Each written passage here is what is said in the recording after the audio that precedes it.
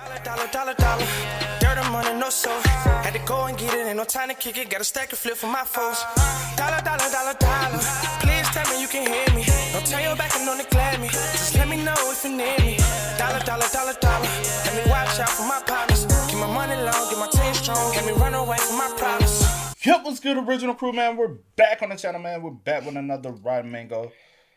This week, man, we got K-pop stars open a nightclub to drug and sell women to overseas investors.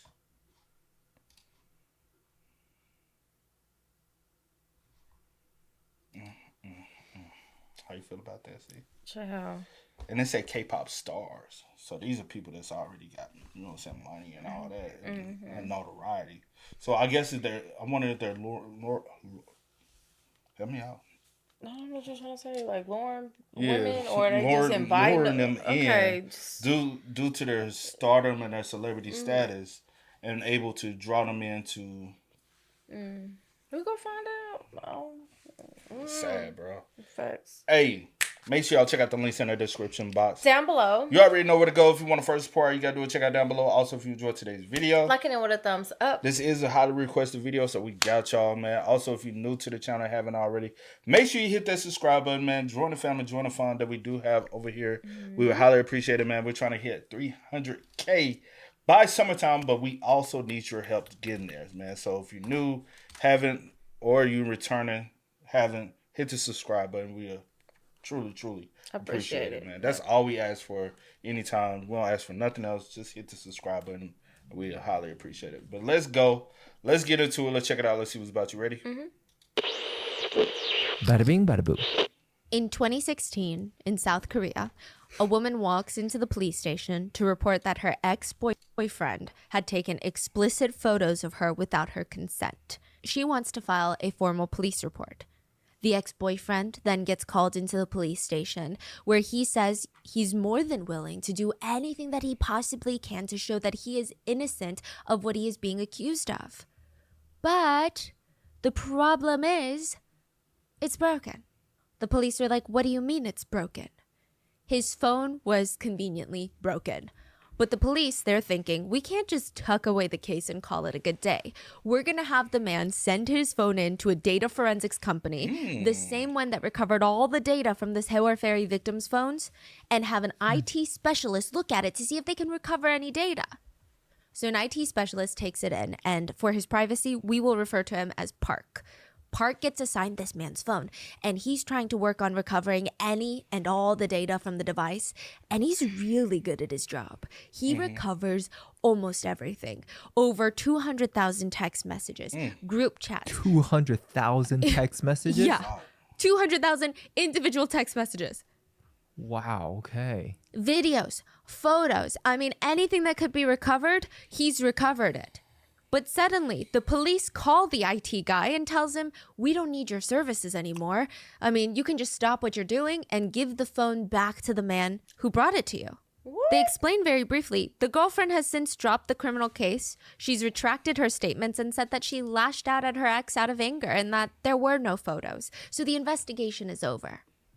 Wait, so did the police look at the text messages? No, they didn't look at anything. They're like, just turn it in. We don't even want to look at it. We don't even want to bother ourselves with this. But for the tech employee, Park, it felt like the investigation was just getting started. While he had been retrieving all the lost data from the man's phone, he couldn't help but peek. You know, I mean, could you really call it peeking? He has to verify that the data is being recovered. And how can you do that without even glancing at said data? And what he saw were images of women unconscious, videos of unconscious women being essayed, women being drugged and abused. In group chats, there were prices under these women, the cost of how much it would be to essay them yourself. Menus, literal catalogs of women for sale, messages that depicted people discussing the, quote, sale of these women. They would read like, Number 1 doesn't talk that much and kind of loves money. She also has aspects where she doesn't have much charisma in drinking scenes, but her visuals are great. Number 3, good visuals. She's bright. She's fun while drinking, but the negative aspect is she gets a little messy when she's drunk, but still a lot of charisma. The receiving end texts back, Then let's go with number 5 along with number 3. Girls were just being sold to the highest bidder. Wow. Messages showed people sharing videos of unconscious women dragged, and essayed. The receiving parties of these messages, they reacted to the videos as if they were watching a funny TikTok, something entertaining, not a literal crime. They would text things like, I fed her sleeping pills and assaulted her in the back, then in the front, then in the back again, and then I finished. Wow. People were responding, ha ha ha ha ha. Redacted, insert person's name, ate him. Some other people commented, the mouth on her is great. Another chat log showed a picture of a sleeping woman, and the friends responded, who is it? Her body is so freaking good. Another chat included a video of an unconscious woman being essayed with the text, who wants to watch explicit videos tonight? The friends responded, what's this? Is she unconscious? The sender responds, and if she is, send a video with an alive girl. It's because she's unconscious I can take these high-quality videos with Flash. Someone else in the group chat responds, you her, hee hee. In another text they write, she doesn't even remember who she did it with, implying that the drugs they fed the victim altered her memory. Wow. But someone else responds into the chat, no, she's just an R word. As Park is reading some of these messages and glimpsing at some of these pictures, he is realizing that there are literal crimes being committed in these group chats. Right. Women are being drugged and essayed. He needs to alert the authorities about it. This feels like a shady crime syndicate out there running some sort of brothel out of their basement. He opens the group chat in full to see what other crimes they had committed, and he was shocked to see that he recognized every single contact name in there. The phone belonged to a famous Korean idol by the name of Chung Chun-young, or JJY. He was the lead of a band called JJY Band. Another idol from FT Island named Choi Jung-hoon, Lee Jung-hyun, lead vocalist and guitarist of CN Blue, and the biggest name of all was Lee Seung-lee from the global group Big Bang. And these messages, they revealed a complex trafficking ring operated by some of the biggest names in the Korean entertainment industry. Wow. The chat logs were between some of the most well-known, beloved celebrities in the industry, the wholesome kind of idols, like the ones that girls would look at and show their boyfriends and say, he would never do this. In another group chat, the idols joke about how 5 of them gang essayed a woman the night before a fan sign event. There was another shocking video of a woman being dragged out of a club owned by Lee Seung-lee by her hair by a man who is about to do God knows what to her, and she's trying to desperately get the club employees' attention by smacking down their laptop screens as she's getting dragged out by her hair. Employees don't even look. They act like nothing is happening. The video was spread through the group chat.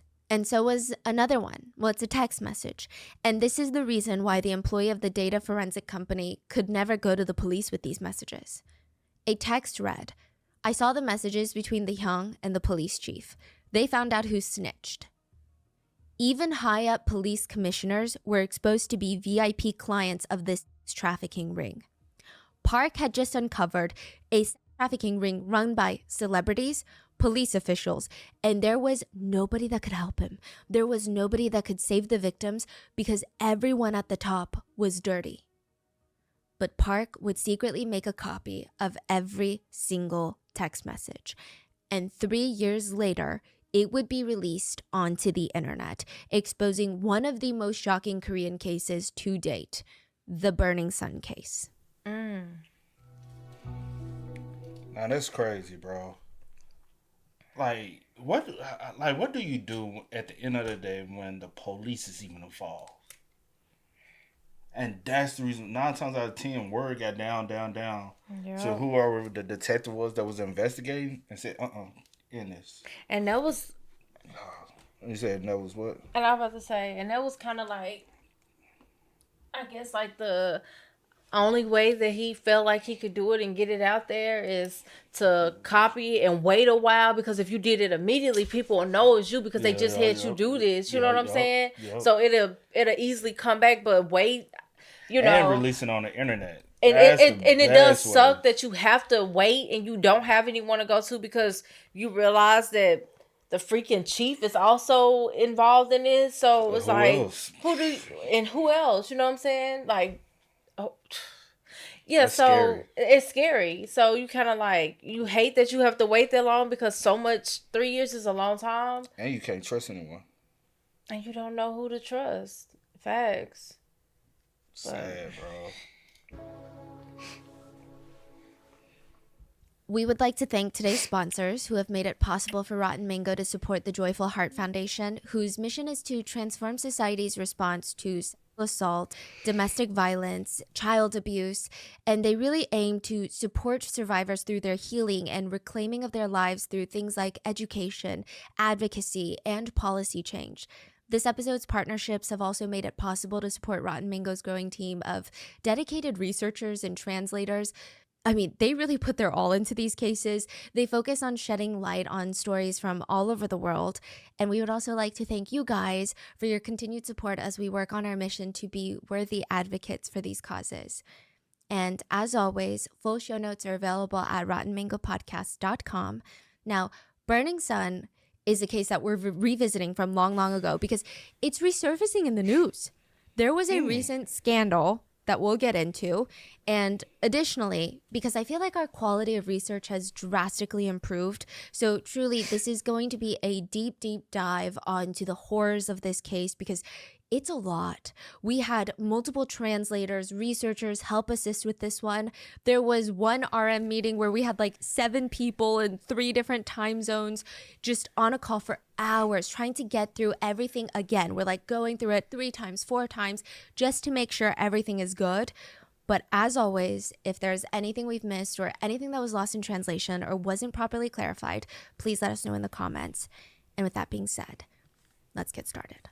This case took place in Korea around 2018, but it's back in the news cycle for a lot of K-netizens because of a new picture that was posted to Instagram. Well, 2 pictures. We'll call them Picture A and Picture B. Okay. If you're listening to the audio version of this podcast, I'm going to describe both pictures to you. Picture A shows a beautiful private swimming pool from a resort in Bali. It seems like one of those villas that you can rent, and someone took a picture of the private pool in the back. The water in the pool is turquoise blue. There's beautiful palm trees, banana leaf trees surrounding the pool. There's this beige cushioned lounge chair next to the pool that you can lay down in and sit in the sun. It's beautiful.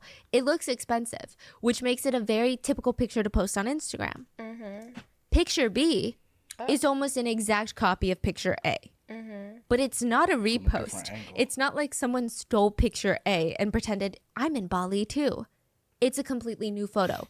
It shows more of the villa than the pool from Picture A, but you can tell it's the same exact place. 2 pictures in the same villa in Bali.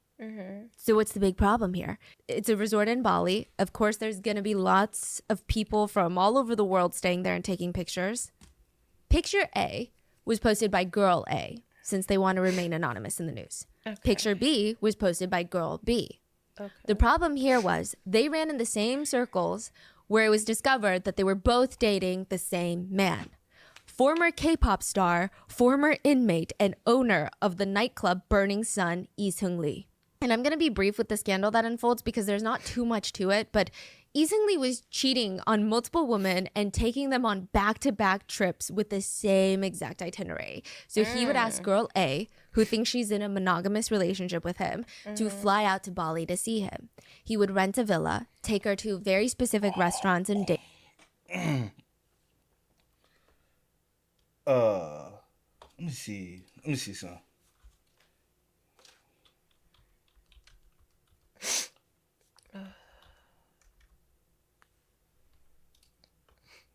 Hold on.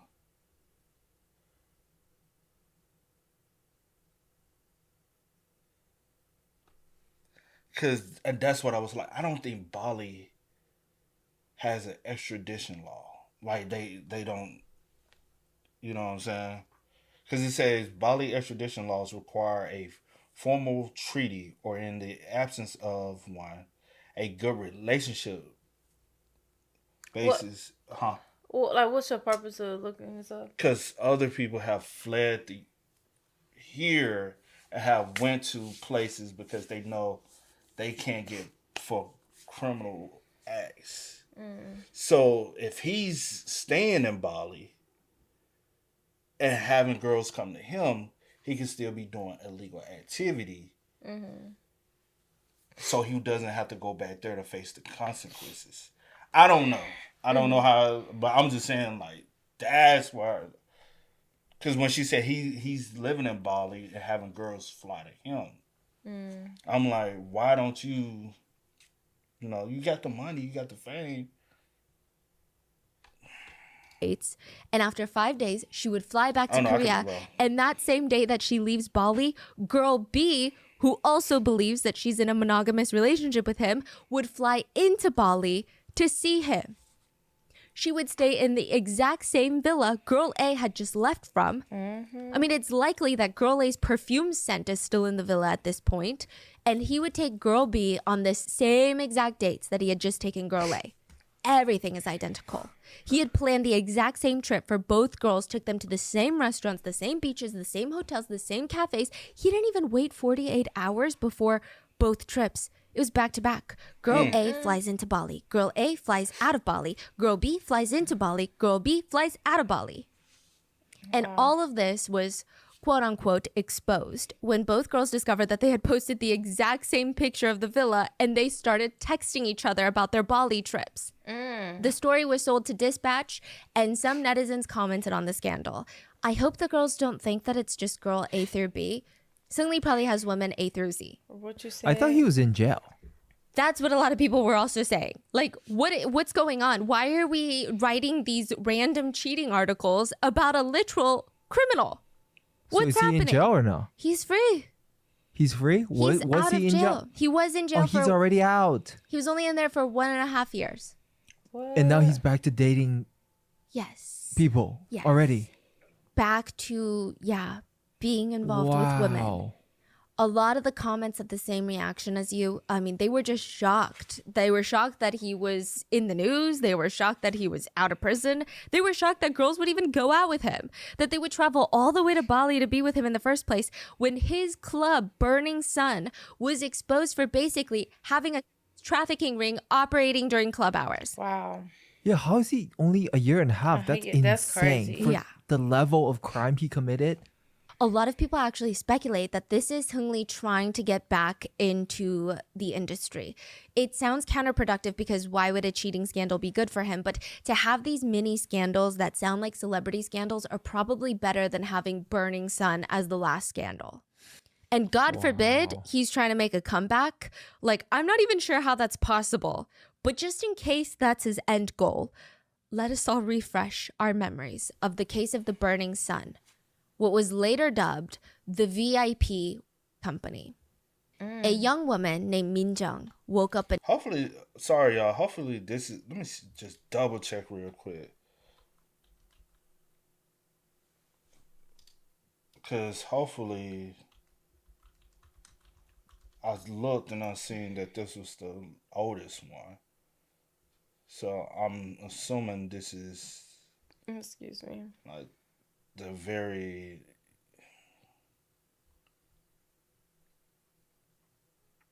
Yeah, I'm assuming so. Again, because she said let's revisit. Like, so hopefully it's the first one, first story.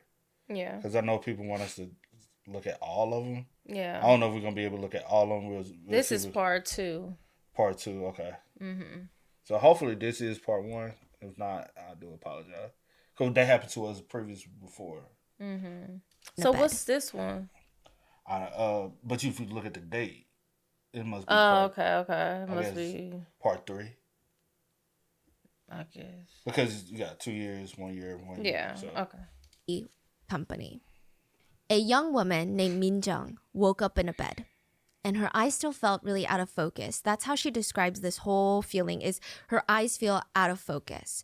She tries turning her head to see where she is, and she doesn't recognize the room that she's in. She doesn't even remember how she got into this room to begin with. In fact, she doesn't remember much or really anything at all for the past few hours. She keeps blinking and trying to reach for any memory of even the last hour. There's literally nothing in there. And then a man walks into the room. She remembers him. But before she can act, he's on the bed, holding her down, strangling her. Whoa. She's kicking, biting him, trying to push him off of her, but he's way too strong. He's simultaneously strangling her with one hand and using the other hand to cover her mouth. He's using his body weight to push down on her body. She felt like she was going to die. Every time she tried to get up, he pushed her harder down into the bed. Her neck is bent against the headboard at a dangerous, painful angle. And she would later say, I felt like I was going to die. She could not get this man off of her. He would proceed to rip off her clothes and essay her. Each time he pushed her, she could feel her neck bending more and more against the headboard. She said she felt like her neck was going to snap. After this brutal assault, she grabs the mini trash can by the bed and she throws up everything that she has in her system. The throw up was this dark brown color. It was blood. She said at this point she really felt like she was going to die because earlier the focus had been trying to get him off of her, but now that he's off of her, she doesn't really know what his plans are. Minjung likely ran through all of the options in her mind. She clearly could not fight him off physically, so she said she got on her knees on the carpeted floor and begged for her life. She was trying to appeal to any sort of humanity or even empathy, if he had any really. She cried that she just wanted to go home. She would never go to the police about this. Oh my God. She just wanted to see her mom. That's all. She just wanted to see her mom. She finally looks up at the man, this kidnapper, this rapist, and he just starts laughing. He's giggling at her begging for her life. And he responds, if you take a selfie with me, I'll let you go home. What? What? Like He- the evidence? He takes out his phone, turns on the front camera, grabs Minjung, and basically forces her to sit on him. Okay, now smile. Minjung doesn't really know what to make of this. Is he playing a game right now? Like, why would he want to take a picture with her? Was he really going to let her go? She said that she squeezed out a small smile, and the man kept his promise. He threw her clothes at her face and pushed her out of the room.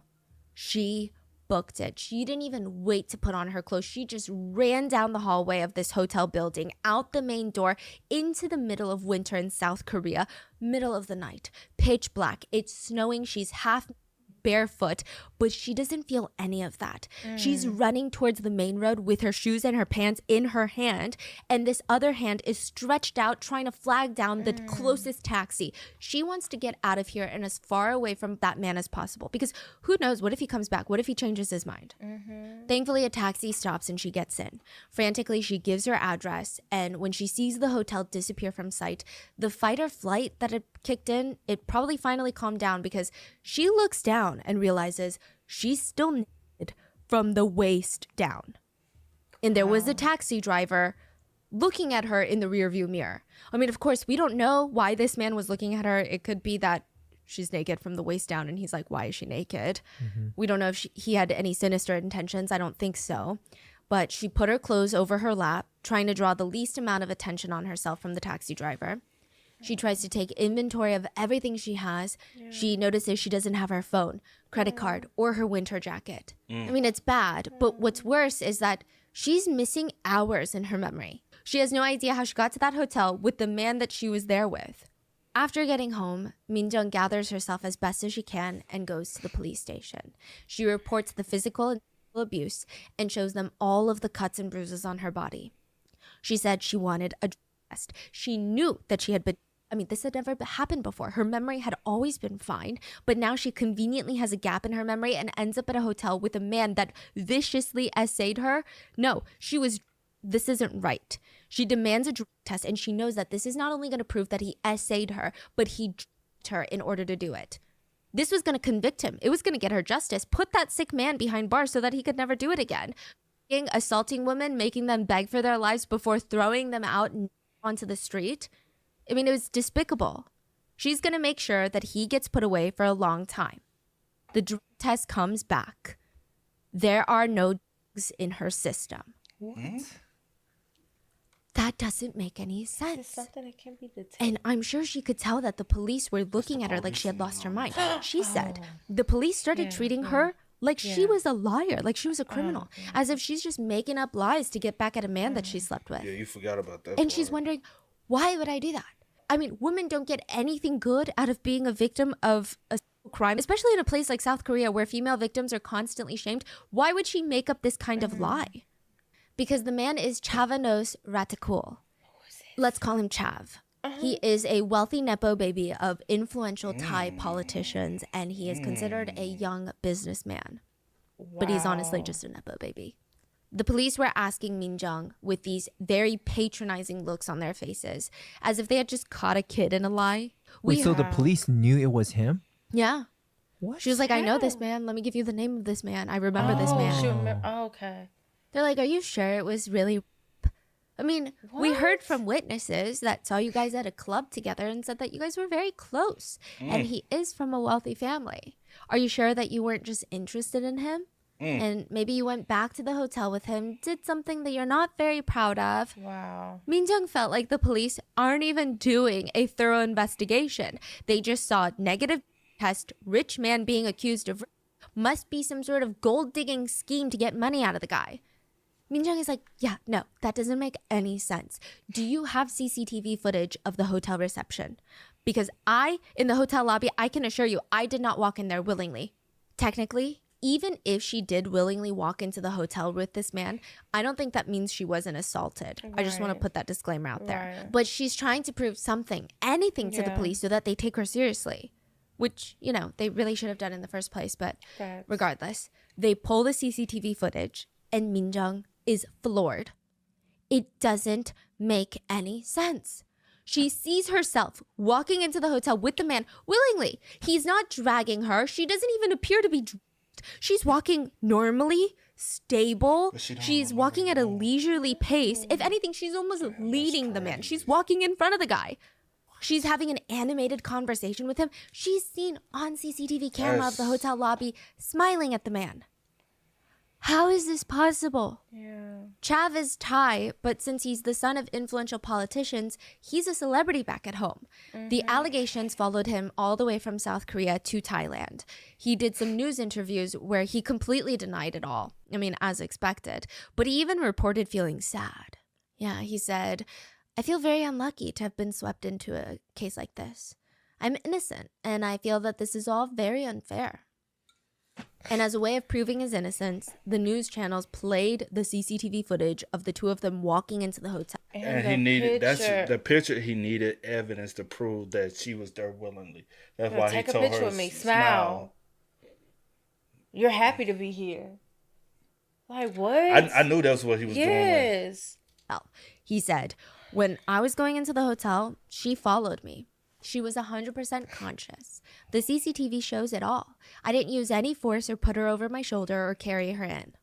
บอกว่ามันไม่ได้มีคดีว่าเราไม่ได้บริสุทธิ์นะแล้วก็เขาก็เตือนว่าคุณเนี่ยต้องระวังเรื่องนี้เขาก็หวังดี Min Jung felt like she was going crazy.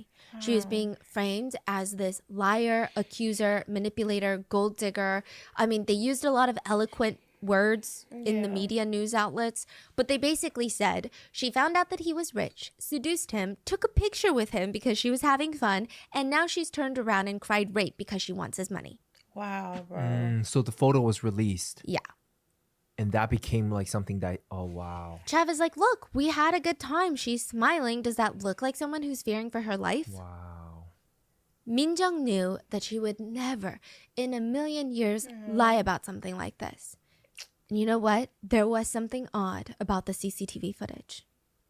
Sure, at first it seems like she's happy to be there, but she has zero memory of it. And second of all, it's -8 degrees outside in South Korea.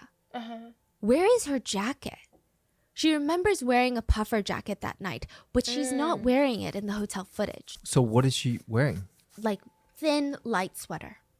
Okay, like what you're wearing. like Yes. that sweater. Okay. It's just very strange. She's an adult. No one just leaves their jacket out of even if you feel hot, you carry your jacket. Yeah. Where is her jacket? It just isn't something that she would do. So she keeps trying to piece together the events of that night, and it feels like there are just holes in her memory, as if someone had taken a scalpel and carved out a section of her memory, clean precision. She does remember, though, hours, long before the hotel, she was getting dressed up to go with her friends to the Burning Sun Club. None of them were really club goers like that, but they just wanted to see what the hype was about. And it really did live up to its reputation. They walk in and the club is packed. Everybody's letting loose, enjoying themselves. It wasn't one of those like stuffy, stuck up environments where everybody is eyeing each other up and down. The music is good. I mean, it's loud, but it's very good. Everybody's dancing. It's a nice break from the work and the school. She remembered it was fun. She remembered her friends had all purchased a table. They sat down and she offers, hey, I'm going to go to the bar and get us all some drinks. At the bar, she felt this gentle tap on her shoulder. Turns around and it's a man. Now, to give you further context, the Burning Sun is kind of known to be a Wattpad club. Yeah, kind of, right? In the sense that there were some anecdotal reports that women would go to the Burning Sun, run into wealthy, young, attractive foreign businessmen, and start dating them. Which is just like an innocent, cute Wattpad dream. It kind of implied that most men at the Burning Sun are well-connected, high-powered, high-net-worth individuals that are also kind of attractive. So it's likely Minjung was like, oh my god, this is kind of funny. It's like my own little Wattpad moment, right? The man is tall, handsome, but more importantly, he was a gentleman. He kept a respectful distance, kept his eyes on her face, not her body, didn't even try to touch her waist, touch her arm while he laughs, none of that. No physical contact. He's kind, talkative, respectful. In this loud, busy club with people actually dancing on each other, this tall, handsome guy is asking her about her pets and hobbies. He's very nice. She even joined him in his VIP room later to talk about all these mundane things, and it was kind of cute and wholesome. Minjung's having fun, but at the end of the day, she is still a girl at a club, and that is something that you never really forget. So when he offers her champagne and whiskey, she's like, oh, I don't really drink champagne, but I'll take some whiskey. She takes 3 shots of whiskey that night.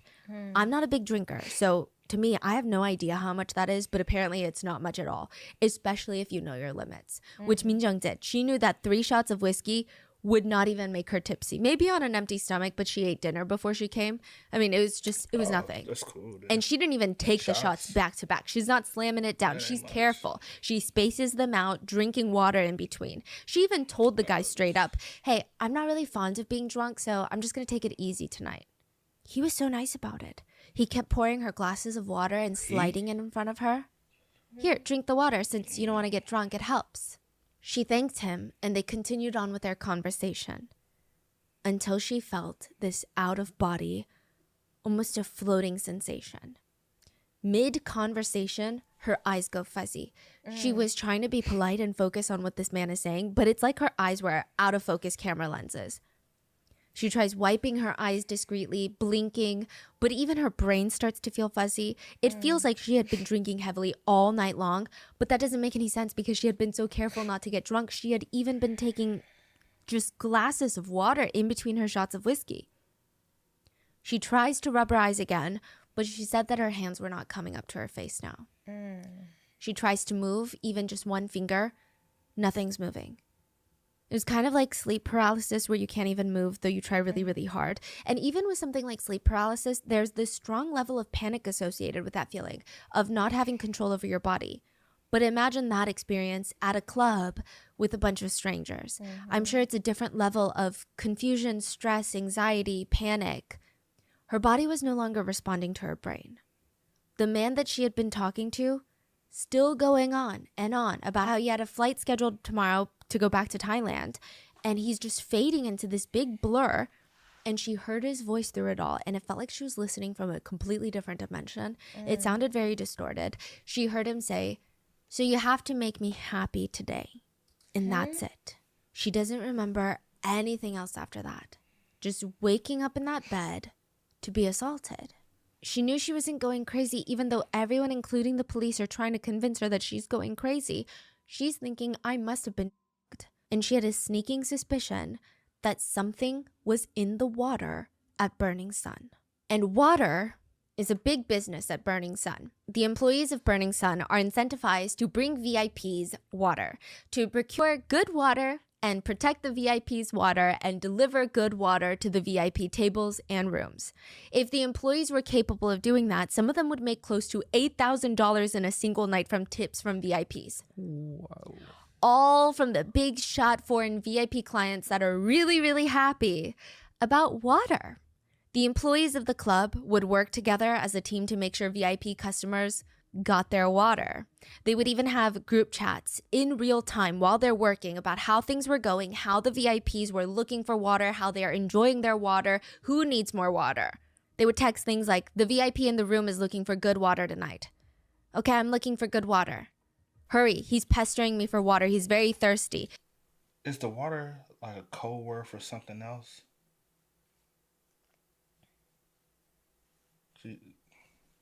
He said it doesn't even need to be good water anymore. Just someone get him some water. His fellow coworker responds, I'll get him a side dish then. It's a little confusing. In another chat, an employee texts the other employees, someone is approaching the water I secured for a VIP. Bouncer, hurry up and go protect my water. He gets a response from the bouncer. On it. The bouncer pushes through the crowd towards the bar, scanning the area. He spots the water that the employee is talking about. A man is with the water. So he approaches this man, tells him to get lost, and he's standing there awkwardly with the water. But it's not what you imagine. It's not a cup of water. It's not a bottle of water. It's a woman. She's very pretty. She would make the VIPs very happy. Employees at the Burning Sun had their own vocabulary when they were working. When they say water, they were never talking about real water. They were talking about women. Female clubgoers, that's what they call them. Not humans, not people, not women. Water. So in Korean, like 물. 물. Yeah. It's like a phrase that you would use. If you go outside and you see a ton of pretty people that day, you might say something along the lines of, wow, why is the water so fresh today? That's a way of saying, wow, everyone is so attractive today. Because the slang is, the water is fresh means the fish in the water is fresh and tasty. Water can refer to all genders when it's used in this phrase. Like when people say the water is fresh, it's not just referring to women. It could mean, oh, the guys are attractive, like everybody's attractive. Oh, okay. But at the Burning Sun, water refers to women. Good water refers to very pretty women. And averagely okay women are just side dishes. They are not the main course. The goal for the employees at the Burning Sun is to survey the women coming into the club, pick the prettiest ones that would please the VIPs, get them drunk them before the VIPs get there so they can deliver them to the VIP. The goal would be, she is beautiful, she is beyond the point of consent, the VIP is happy. Because now the VIP doesn't have to waste his time getting her drunk so that he can essay her. He can just go ahead and do whatever he wants to her illegally. VIP is happy, the employees get a big tip. That is the ultimate goal of the employees at Burning Sun. And nothing makes them happier than watching the little essay of a young woman. They would text videos into their group chat of VIPs R-wording unconscious women. They would text things like, look at the VIP room right now, they're doing it. They would text back, wow, it's true. From Burning Sun to Hong Kong. To go to Hong Kong means reaching the height during intimate activities. Wow. So if a weird Korean guy asks if you want to go to Hong Kong tonight, he's not asking you to catch a flight with him for a spontaneous trip. He's asking you for something. And employees of the Burning Sun knew VIPs were more likely to tip them and come back if they were going to Hong Kong. But very few girls ever got drunk at a club to the point of not being aware of their surroundings or passing out. Or at least you don't do that without having friends that you can trust to not let you out of their sight. I feel like most girls know how dangerous that is. So it's up to the employees to get girls into that state quickly and discreetly. Their solution was date. They, employees, sometimes even bartenders, would date their own female customers, which, you know, a few things about this are so terrifying. How easy it is to spike someone's drink, terrifying. But also, I imagine if I went to a club, I might be cautious of strange men around me, but I don't think I would ever be really cautious that the bartender would spike my drink or that the employees would. Yeah, especially Burning Sun, one of the most like famous club, most high-end club. Like, yeah, what? The employees would date their own female customers to serve them on a silver platter for higher paying male VIP customers who came to essay the female customers. They women, essayed them, took pictures and videos of the assaults, created a product catalog of the victims to see if other VIPs wanted to pay to essay these victims as well. That was the real business model of Burning Sun. They were, in theory, running a complicated trafficking ring, and they got away with it for a very long time. Not because they're flying under the radar and never getting called out on it. It's because they were being so blatant about it.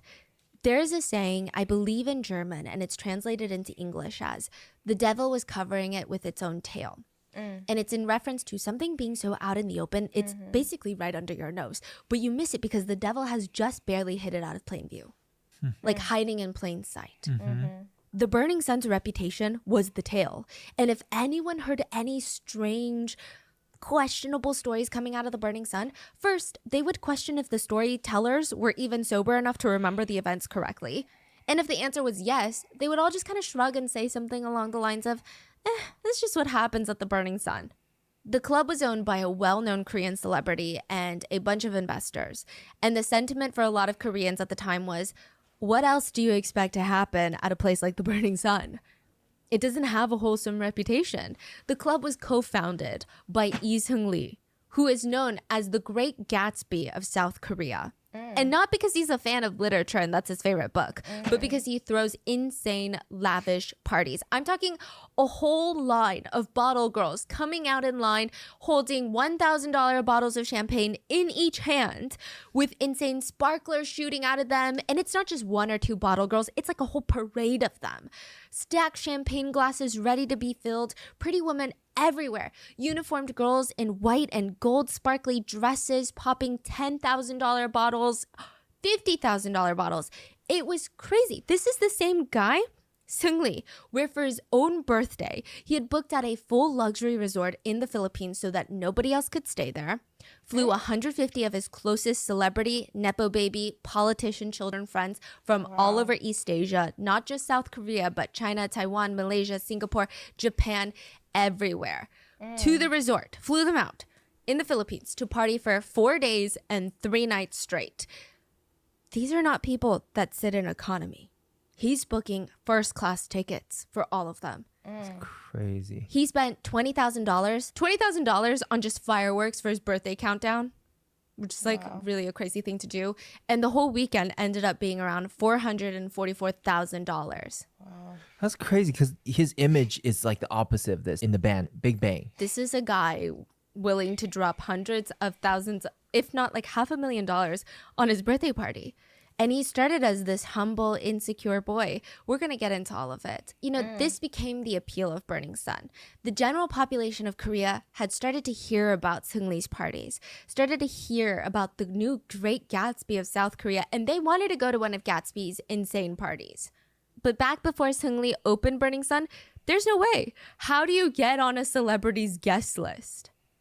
But now with Burning Sun, the club, they can experience it firsthand. So yeah, chaos is expected. People would say, did you hear about that underage girl? What?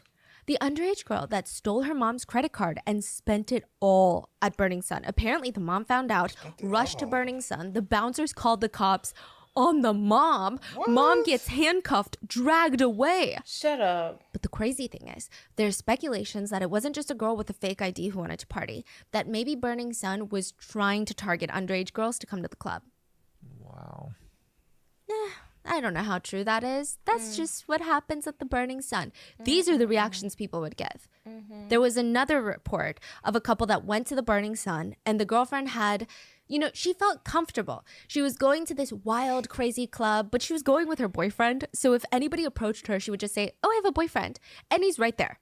Or if she was scared, she could just ask the boyfriend, hey, can you just take me home? I don't really feel safe. That night at the Burning Sun, her own boyfriend her with date drugs at the club, then assaulted her at a hotel and filmed it without her consent. Her own boyfriend? That's true or? True. She filed a police report against him. Oh. Wow. The boyfriend claimed, my girlfriend consented to it all. We're dating. Of course she consented. She wanted it. She said when you're on GHB, the date drug, it feels like you're in a trance. You just do whatever you're told to do, and you kind of hear things, but then you have no recollection of anything once you truly wake up and snap out of it. You feel like a zombie, that you can take orders, but you don't remember any of that. But it's just what happens at the Burning Sun, right? How can they control what kind of boyfriends come in with what kind of intentions? Then another story came out. A witness, Miss K, stated that she was with this guy that she had met at Burning Sun, and he's like, hey, do you want to come up to my hotel room upstairs? Because the Burning Sun is attached to a hotel. She accepted. She said that she was just going to go up there to have a drink with him. But as soon as he opens the door to the hotel room, she sees something very, very alarming. A woman is laying unconscious on the couch, and a man is shoving his face in her chest and climbing on top of her. He gets off immediately, like he had just been caught doing something. He's friends with the guy that she walked in with. So I guess they're sharing this room or something. And he just starts laughing, and he's like, oh, yeah, like, this is my girlfriend, and she's super drunk right now. But that's not what it felt like. Yeah. The girl didn't just look super drunk. And something about the whole vibe, it didn't seem like his girlfriend either. She called the police, but they responded super nonchalantly about it, saying, well, technically no crime really happened, did it? So once again, some people, including the police, were just saying, it's just what happens at the Burning Sun. Another story was of a girl named Sarah. Well, let's call her Sarah. Sarah said that she didn't really know too much about the Burning Sun, other than the fact that her friends would go to the club and come back with these crazy stories of how they felt so extroverted and crazy, and it was a blast and how fun it was. And she's thinking, wow, this is insane. My friends are normally insane introverts that hate leaving the house, and this club is bringing them out of their shells. Naturally, she's curious. She gets connected to a friend of a friend named Anna, who said that she had been a big party goer, and they formed this friendship. Anna offers to take Sarah to the Burning Sun since she had been there before. And Sarah has no clue that Anna didn't just go to the Burning Sun a few times. Anna worked at the Burning Sun as a runner. Once they get to the club, Anna gives Sarah a pill and encourages her to take it. It was ketamine, which is known to sedate, incapacitate, and cause short-term memory loss in people. It can also be used as a date drug, which an employee of a business befriending a young woman, lying about her affiliation with said business, and supplying the young girl with drugs at said business, that sounds like it's been ripped out of some sort of trafficking handbook.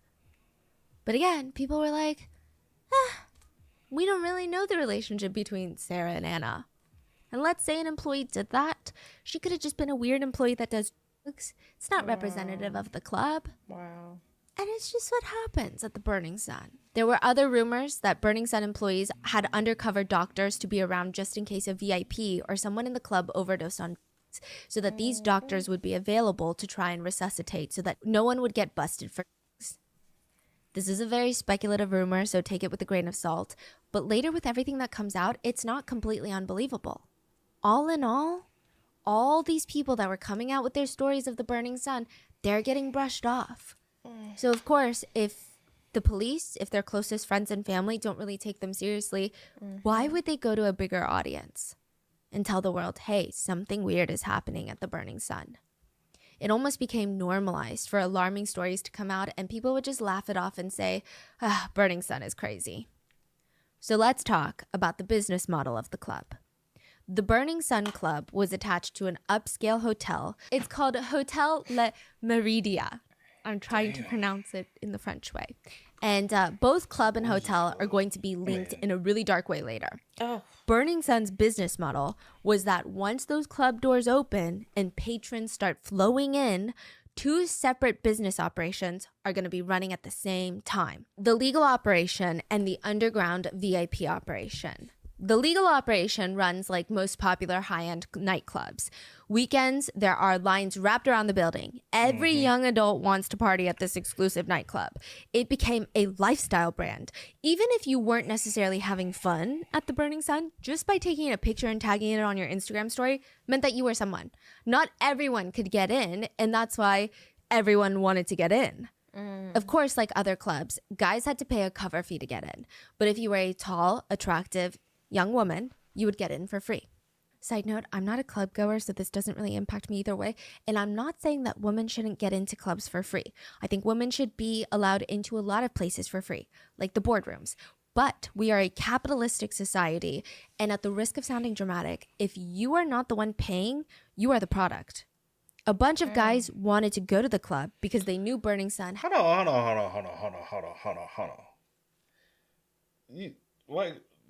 Do you look at it like that?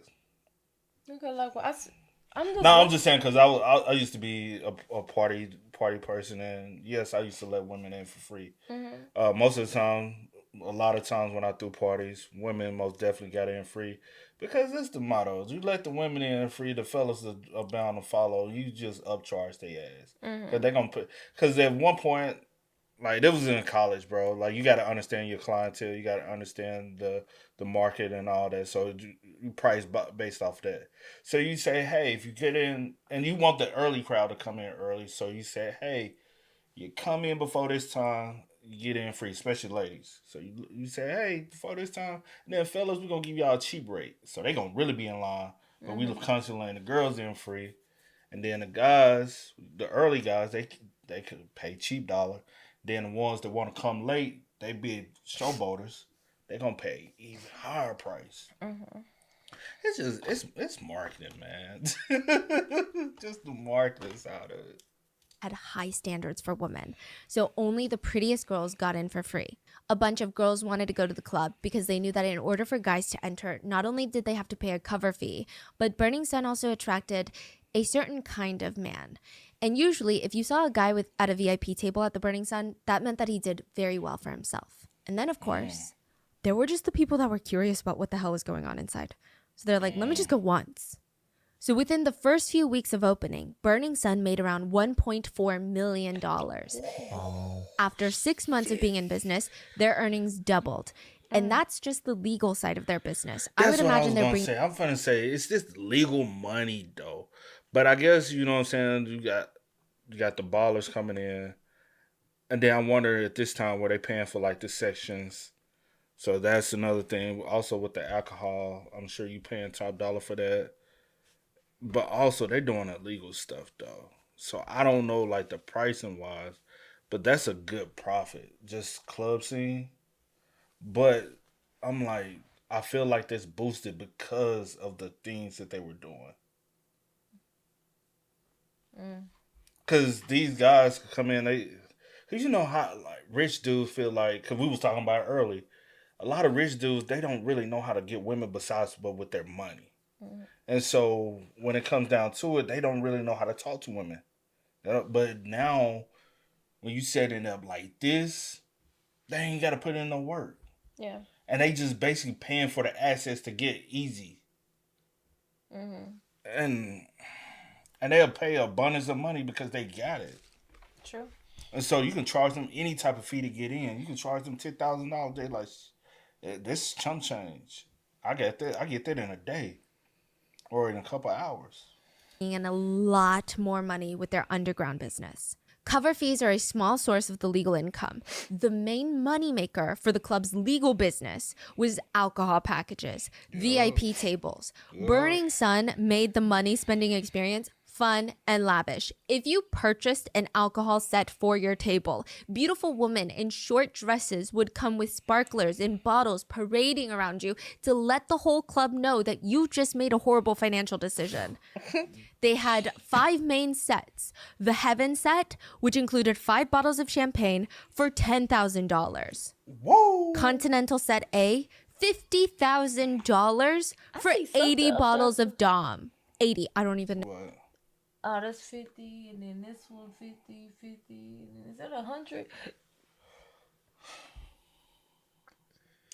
To be honest, this is also conversion. So you gotta think about that. So that's. But anyway, in she our probably money, said in our money, it would be 100 million. No. Wait, so the Heaven set is the cheapest one? The Heaven set is the cheapest one. Oh. Yeah. For $10,000. Yeah. Wow. Continental set B included 30 bottles of Jay-Z champagne, and it's $50,000. Continental set C, 40 bottles of a different high-end champagne, $50,000. And lastly, the most expensive set was called the Mansour set. Apparently, it was named after the vice president of the UAE, who is known in Korea as a world-class rich person. That's what they call him, literally, a world-class rich person. His net worth is $30 billion. So yeah, I would say so. He is a world-class rich person. He's part of the royal family. Oh, yes. I see. Yeah. The set comprised of 22 bottles, and it was priced at $100,000. It's alleged that Seungri made up the Mansour set for fun, thinking nobody's going to spend $100,000. People actually But people did. Wow. There was bro. one Taiwanese businesswoman that would come in and blow $200,000 in one night. A businesswoman? Well, some sources report she's a businesswoman. I would say most sources report her to be the housewife of a businessman. Yes. Okay. She would later become an investor in the club and Seung Lee's bottomless purse. Side note about her, I don't know if she saw the future of the business, that's why she invested and spent so much time at the club, or if she just had a love for Big Bang. I kind of get the feeling that she's just obsessed with Big Bang. I She see. would bring her luxury designer bags to be signed by Big Bang members. It just seemed like she was a super rich fan. So we went over the legal alcohol menu for club goers. But in order to experience the full menu of the Burning Sun, you have to be a consistent VIP. This is going to open you up to a whole new world. When a VIP walks in through the door, first of all, they get a separate entrance. And if you spend around $10,000 a night, you get 2 guards to accompany you. And they are also kind of like your butlers. The employees in the club know when a VIP walks in, and they all cater to that person all night long, making sure that everything that they could possibly want under the sun, they've got it. VIPs want to do drugs, even though it's highly, highly illegal in South Korea, no problem. There's a VIP bathroom at the Burning Sun where allegedly could be taken orally, but also through the vein if that's what the VIP clients wanted. Full service. Side note, a lot of these employees would spend their time working as merchandisers. This is a very important position at the Burning Sun. So most merchandisers at like most establishments, they need to keep inventory of the alcohol, make sure the bartenders are giving top shelf alcohol for someone that orders it and keeping the house vodka to the house vodka orders. But there's another side of merchandisers working at the Burning Sun. And we're mainly going to be talking about them moving forward when I talk about merchandisers. They are there to provide all other products, quote, products, for the VIPs. The regular merchandisers take care of the alcohol, the food, the napkins, the crystal glasses for the whiskey. The VIP merchandisers are almost like personal shoppers, personal concierges, butlers for the night. And they usually try to plan ahead for the VIPs' needs over the weekend. On Thursday, every merchandiser from the Burning Sun sends out text messages. The regular merchandisers will send out the weekend specials to the regular clients about imported champagne that they just received that's on special, or a new claw-footed bathtub filled with ice and champagne, or a new party theme with cover fee being slashed in half, or a new DJ that's going to be featuring this weekend. The VIP merchandisers will send out similar text. This week's specials are almost like a restaurant's weekly specials, catch of the day at supermarkets. But instead of promoting cover fees being discounted or alcohol sets being on special, they were sending pictures and videos of women. All unconscious women. They were naked and had just been essayed by other employees or VIPs. The merchandisers believed that these women, these victims, could be victimized again. So it's just a matter of which one the VIPs wanted. Under each picture or video of a girl was a price. To drug and essay the girl. They're selling essay. They're not even selling, they're selling rape. So they're gonna what? Lure the girls back in. Wow. So they get their numbers usually the weekend before when they're and lure them back in. And just like how the alcohol specials changed every week, the girls changed every week. The merchandisers would text the VIP, you can have this one, or how about this one? Or you can like this, a kind of playing like this. So they're referencing videos like, you can also do it like this. Or text that read, I can make you a reservation guest. If you come, I can get you this girl. If there was more than one VIP client that wanted the same girl that weekend, they would open a bid. The clients would bid, auction on the woman who had no idea that any of this was even happening. Many of the club investors and VIP clients were wealthy businessmen from other countries. So there were a lot of rich Chinese, Japanese, and Thai businessmen who would travel for work to Seoul, and they would stop by the Burning Sun to let off steam. The merchandisers were really good at knowing exactly what kind of girls each of them wanted. They always stated that the Chinese VIPs really liked Gangnam Onnis. So Gangnam is like the Beverly Hills of Seoul, and Onni means older sister. It's a really nice way of saying they like faces with a lot of work done. So when they knew that a group of Chinese VIPs were coming in, they would send them the weekly specials filled with Gangnam Onnis. It's like none of the VIPs wanted sex workers.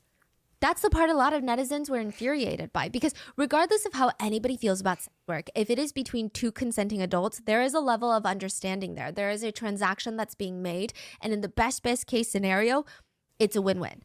Both parties get exactly what they want. And I say that in defense of the sex workers, right? Because usually they get the shorter end of the stick. No, anyway, it would be a bit more acceptable if this club was illegally running some sort of brothel. But that's not what's happening. They're straight up trafficking. I mean, this is like human trafficking. None of the VIPs wanted sex workers. They wanted girl next door, truly did not know that she was getting and being filmed while being assaulted. They wanted victims. That's what they wanted.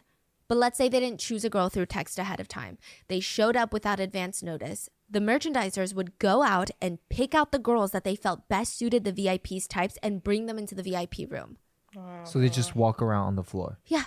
And just any girl that had Pick a come random. to spend money at their establishment, Yeah. a potential victim. Or the VIP would already have their eyes on a girl or two in the club, and they would just be brought in. They would request, I want that one and that one. The employees would go those girls and bring them in. My goodness. And just to reiterate this point home, sorry if it feels redundant, but it is a huge part of this case.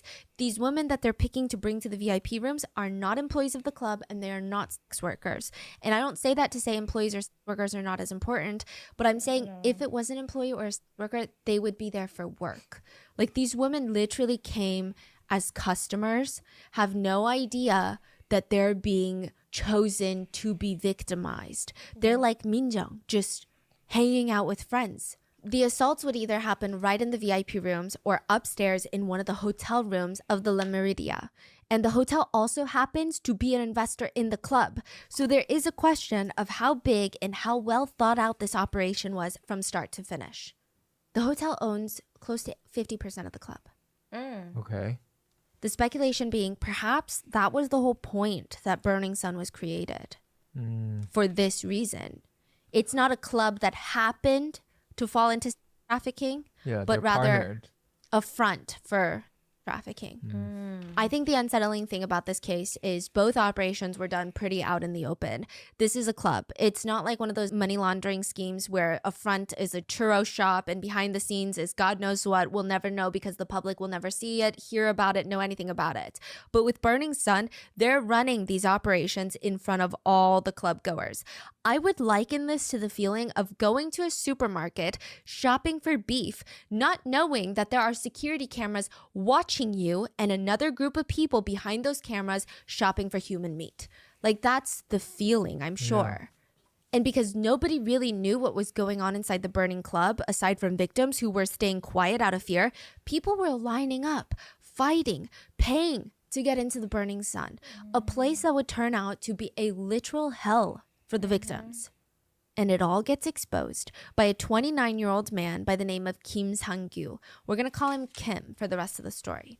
November 24th, 2018, Kim went to Burning Sun with a bunch of his friends.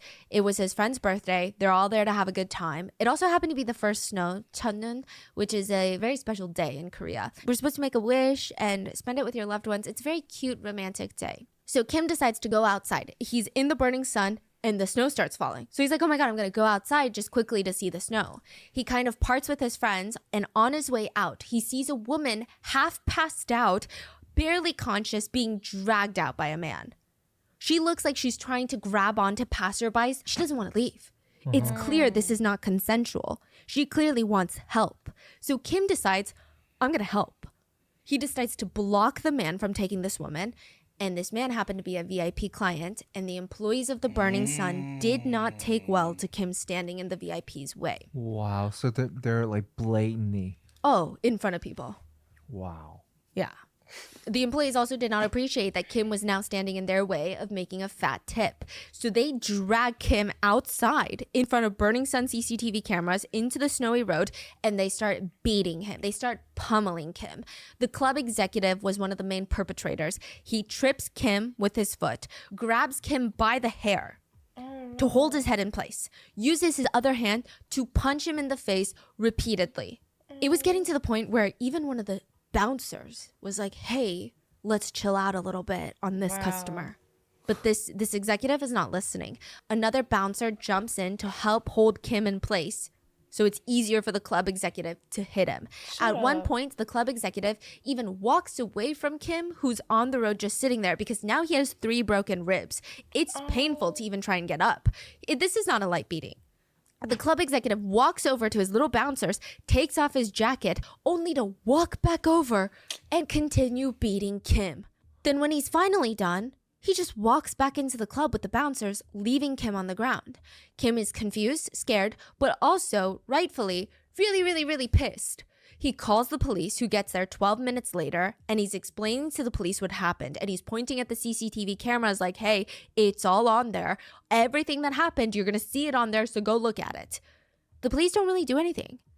And Kim is like, what are you doing? I said the person that did this to me is in there. He went that way, so go into the club and find him. They're still not really doing anything. Frustrated, Kim kicks the trash can in front of the VIP entrance, and they still don't do anything. Finally, officers decide to go into the club, leaving Kim outside. They talk with the security, they talk with the club executive that beat up Kim, and once they get back outside of the club, they arrest Kim. They tackle Kim to the ground and arrest Kim. They handcuff him from the back, which I imagine is quite painful as he has 3 broken ribs. Right. Employees are oddly seen helping the police arrest Kim, which is just really suspicious if you think about it, because Yeah, exactly. even if a client did something wrong and they're getting arrested on the premises, why would you help? Like, there's enough cops already. Yeah. Kim would state that as he's being dragged into the police station, the officers intentionally tripped him, and since his hands were handcuffed behind his back, he had nothing to break his fall except with his face. An officer tripped him? Yeah. He had busted his face, had a severe nosebleed. He claimed the police also kicked him and hit him several times where he had already broken his ribs. He had several broken ribs and they still refused medical care. He was seen at the police station yelling, "Seungri's club, you guys got money, they do hard and they do marijuana in there." That's so sad.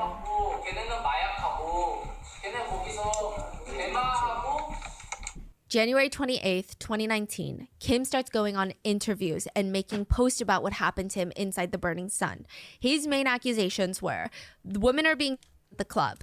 Police are getting paid by the club to look the other way. Yep. He said, screams could sometimes be heard coming from the VIP rooms of girls begging for help.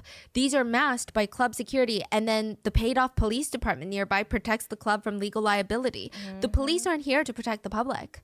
They're corrupt. Kim started a Blue House petition, and it received more than 200,000 signatures in just one day. The petition detailed specific and assault cases that allegedly happened within the Burning Sun Club, as well as their sketchy and corrupt relationship with the local city police. It gained so much attention, the president at the time promised to have his team look into it. But when the Blue House looked into it, the police just turned in random reports that Kim was committing assault in the club. They argued, look, Kim is the one that was essaying people in the club. He was caught, dragged outside by employees, and beaten. Should he have been beaten like that? No, but the employees just really hate scum of the earth essayers, you know? So we came out and we arrested the guy. With this, all the news outlets started reporting Kim as some sort of criminal, which it's a whole long story we're going to get into later. But the Burning Sun even came out with an official statement stating Kim was an offender and they had no choice but to kick him out. To support their statement, they submitted 2 complaints from women who allegedly were assaulted by Kim at the club. Suddenly, the story very quickly becomes a he said, she said situation, rather than a very serious allegation of trafficking inside of a club. But netizens did notice something strange. The person who filed a complaint against Kim saying that she was harassed by him at the club was an employee of the club. Not saying that they can't be harassed by clients, but like, she was a merchandiser at the club. It was Anna, the runner. People didn't know that yet, but still, it was just weird. Right after he alleges that there's an underground ring happening at the club, an employee of the club says that he is the assayer.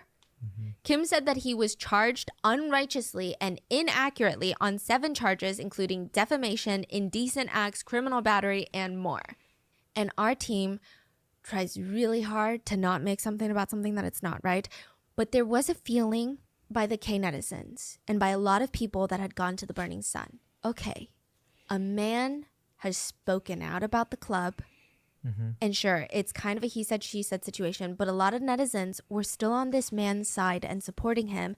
And it kind of felt safe enough for women to come forward now.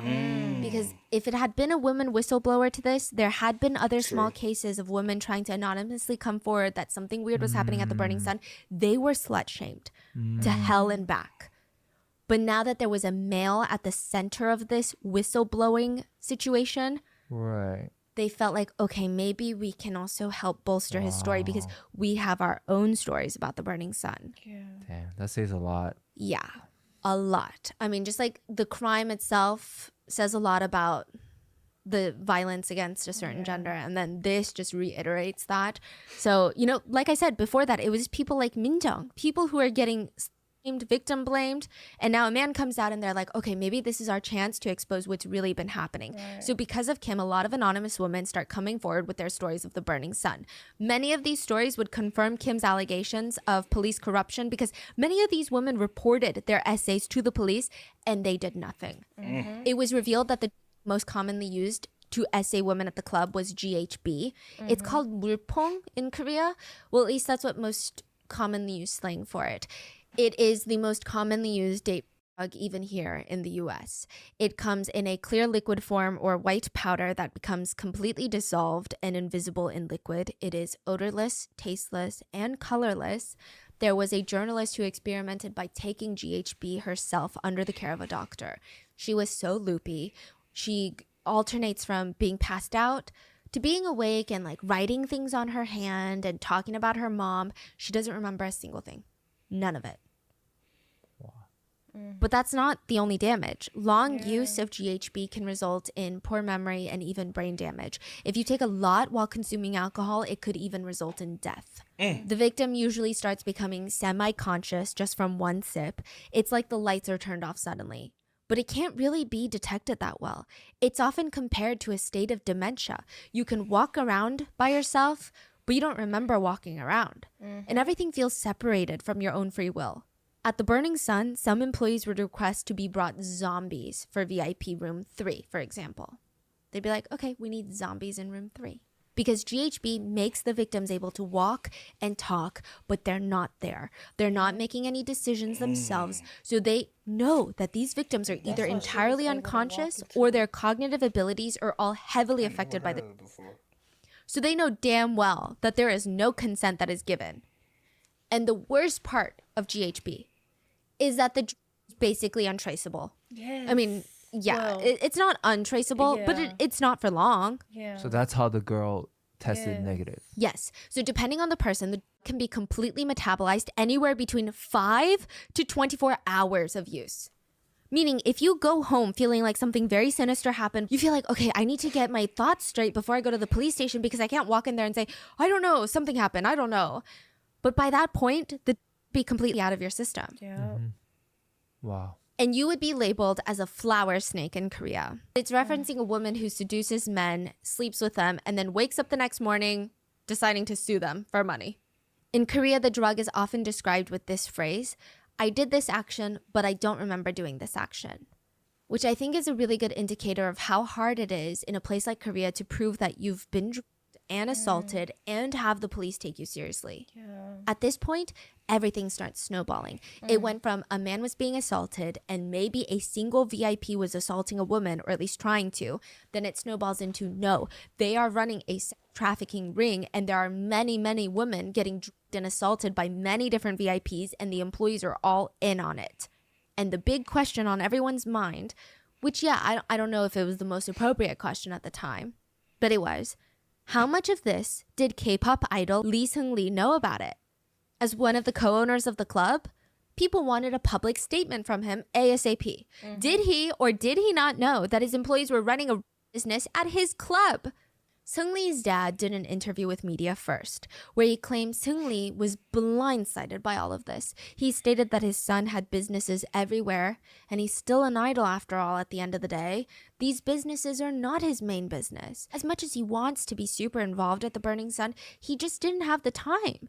And now he's super shocked and disappointed, just like all of you, the public.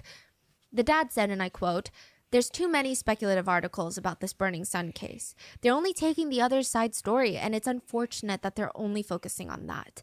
Just because it's called the Seung-lee Club does not mean that my son was directly involved with the things that had happened. He would later go on to insinuate that the media just wanted to attach Seung-lee so heavily to the crime because it makes for a better story, makes for a better headline. The dad even went on to say that Seung-lee didn't even own the club anymore and that he wasn't in a position to give instructions or give orders at the club. He had a CEO in place for that. So Seung-lee is not the CEO of Burning Sun, just a co-founder. His dad goes on to say, I talked to Seung-lee today. He said his fans and everyone will want to hear an explanation. He sounded like he was having a hard time. He can't help but feel misunderstood. My son is not in a position to directly work at Burning Sun. He's rarely in Korea and he's busy with his ramen franchise. Yeah, he has a ramen franchise and solo concerts abroad.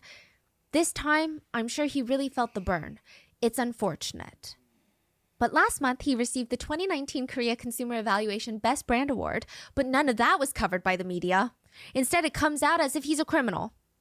His true intentions will be revealed through the investigation, but it's upsetting that even before the results come out, he's accused of doing hard drugs. He did a urine test because of this issue, and the results showed nothing was wrong. My son feels wronged. Fake news is being spread by the media. He's not a child that could hurt others. My son is having a hard time, especially because the media is making things up. My heart hurts too. Then Seung-lee did an interview of his own where he stated he never bribed any police officers or a police station. He stated even if he wanted to, he didn't have that much power. He was basically just a boy that sang on stage. He said that all he did was lend his name and fame to help the club gain more foreign fans and have more club goers come. And sometimes he would DJ at the club, but that was really his involvement in the club. He said, I don't even know the financials of the club. He goes on to throw his business partner of Yuri Holdings, the company that owns 20% of the club, that is co-founded by Seung-lee. So his dad is saying, Seung-lee, my son, doesn't even own shares of the company of Burning Sun. And like technically Seung-lee doesn't own shares of the Burning Sun, but he owns a company called Yuri Holdings that owns 20% of the club. Wow. And Seung-lee is like, you know, I heard that my business partner was talking about women and asking for women and trying to buy sex. And I tried to stop him, but he wouldn't listen to me. And I don't really hold that kind of power over a business partner. So there's nothing I can do if that's an adult, you know? Throws him under the bus. Seung-lee promises to the media and to the public that he's going to do anything to help with the investigation. And he wants the truth out there as much as anybody else. Of course, their responses make the case blow up more, but on top of that, the business partner that he threw under the bus is actually married to a then very famous actress by the name of Park Han-byul. So he's like, hey, you know that actress? Well, her husband is like looking for sex workers. So of course the case blows up even more, right? But at least Seung-lee's fans are super relieved. They felt like, whew, we dodged a bullet. Seung-lee is still good. He's still the guy that we know and love. Other people doubted that. They thought Seung-lee knew exactly what was going on. He's the Great Gatsby of Korea. And just like the Great Gatsby, Seung-lee has a raging inferiority complex. To give you context on Seung-lee, he was part of a 5-person K-pop group called Big Bang. And I feel like for anyone who knows even a little bit about Korean entertainment or even really Korean culture at this point, Big Bang is just one of those groups that needs no introduction. So I'm going to try and keep it brief for those that are just not in the K-pop world. Big Bang is like the One Direction of K-pop, meaning they will always be remembered at one point as being one of the most iconic boy bands in K-pop history. I'm not saying right now, I'm just saying at one point they were. And I'm not saying that they're better than your faves or even like they paved the way or anything, but they were really, really popular. Yeah, like between 2008 to 2012, Yeah. like they dominated the world. Dominated. Yeah, it is unclear how much revenue the group generated, or at least we couldn't find out an exact figure. But we did find out that they brought in $800 million in ticket sales for their concerts during their career. That's probably a very small cut of the overall revenue that they generated. That's not including album sales, streaming revenue, appearance fees, ambassadorships, royalties from music. That's just concert sales is $800 million. So they're an influential group. And Seung-lee always felt like the black sheep of the group. It's pretty evident in hindsight that he had an intense inferiority complex while he was part of Big Bang. And it does seem like there were a few pain points for him. Seung-lee applied to be a trainee for the K-pop group that would be later Big Bang. There was a series of cutthroat competitions till a group of boys was narrowed down. They just wanted 5 members. Everything was ruthlessly judged and criticized by YG, who is picking the trainees. They had 4 members already picked, and it was down to the last spot. Seungli and another boy were competing neck and neck for it. Seungli barely made it. It was so neck and neck. It was like, I guess we'll go with Seungli. It wasn't like, oh man, he won by a landslide. That was so good. He really stood out. It was such a close call. And that type of complex, he felt like, I'm not as good as the other members. YG was so certain on the other members. But for me, it was kind of iffy. Now, that kind of complex doesn't necessarily make someone a bad person. Fans actually fell in love with Seungli for the sides of him that were shown. They remember during the early days of Big Bang, there were reality shows that they would do that showcased what their lives were like as trainees, and they would all be crammed together inside these very not so great apartments that the company was paying for. They would have to clean up after themselves after training and dancing for like 18 hours a day. And Seungli being the youngest of the group. In Korean culture, that means he has to do a lot more chores than the others. He has to do things like wake everyone up, which is harder than you think. The oldest of the group, Top, he refuses to wake up, so it's standard to see Seungli go into the kitchen, grab pots and pans to bang together to wake up his hyung. Another member would start vacuuming the wall on top of Top's face to try and wake him up because he's just, I guess, a heavy sleeper. And it's kind of like a heartwarming moment. It's relatable, it's funny, and considering how young the boys were at this point, it was endearing. But Seungli was always being compared to his other bandmates. I would say I remember, and this is just from memory and not research, G-Dragon, Top, Taeyang, like they had so many stans from the people that I knew personally. Seungli just didn't really have a lot of stans from what I remember. He did seem to get a good chunk of hate comments. People joked they didn't like the size of his head, that it was really big. They also said that his legs were too short and that other members were very good looking, but Seungli was had a relatable looking face, they said. He said he especially didn't like the comments about his head because, and I quote, "It's not like I can get a head reduction." But even that moment is a good example of why a lot of people started to stan Seungli. He seemed like the underdog, and he was not shy to show that he was vulnerable. And he wasn't like trying to be like, I'm actually really good, guys.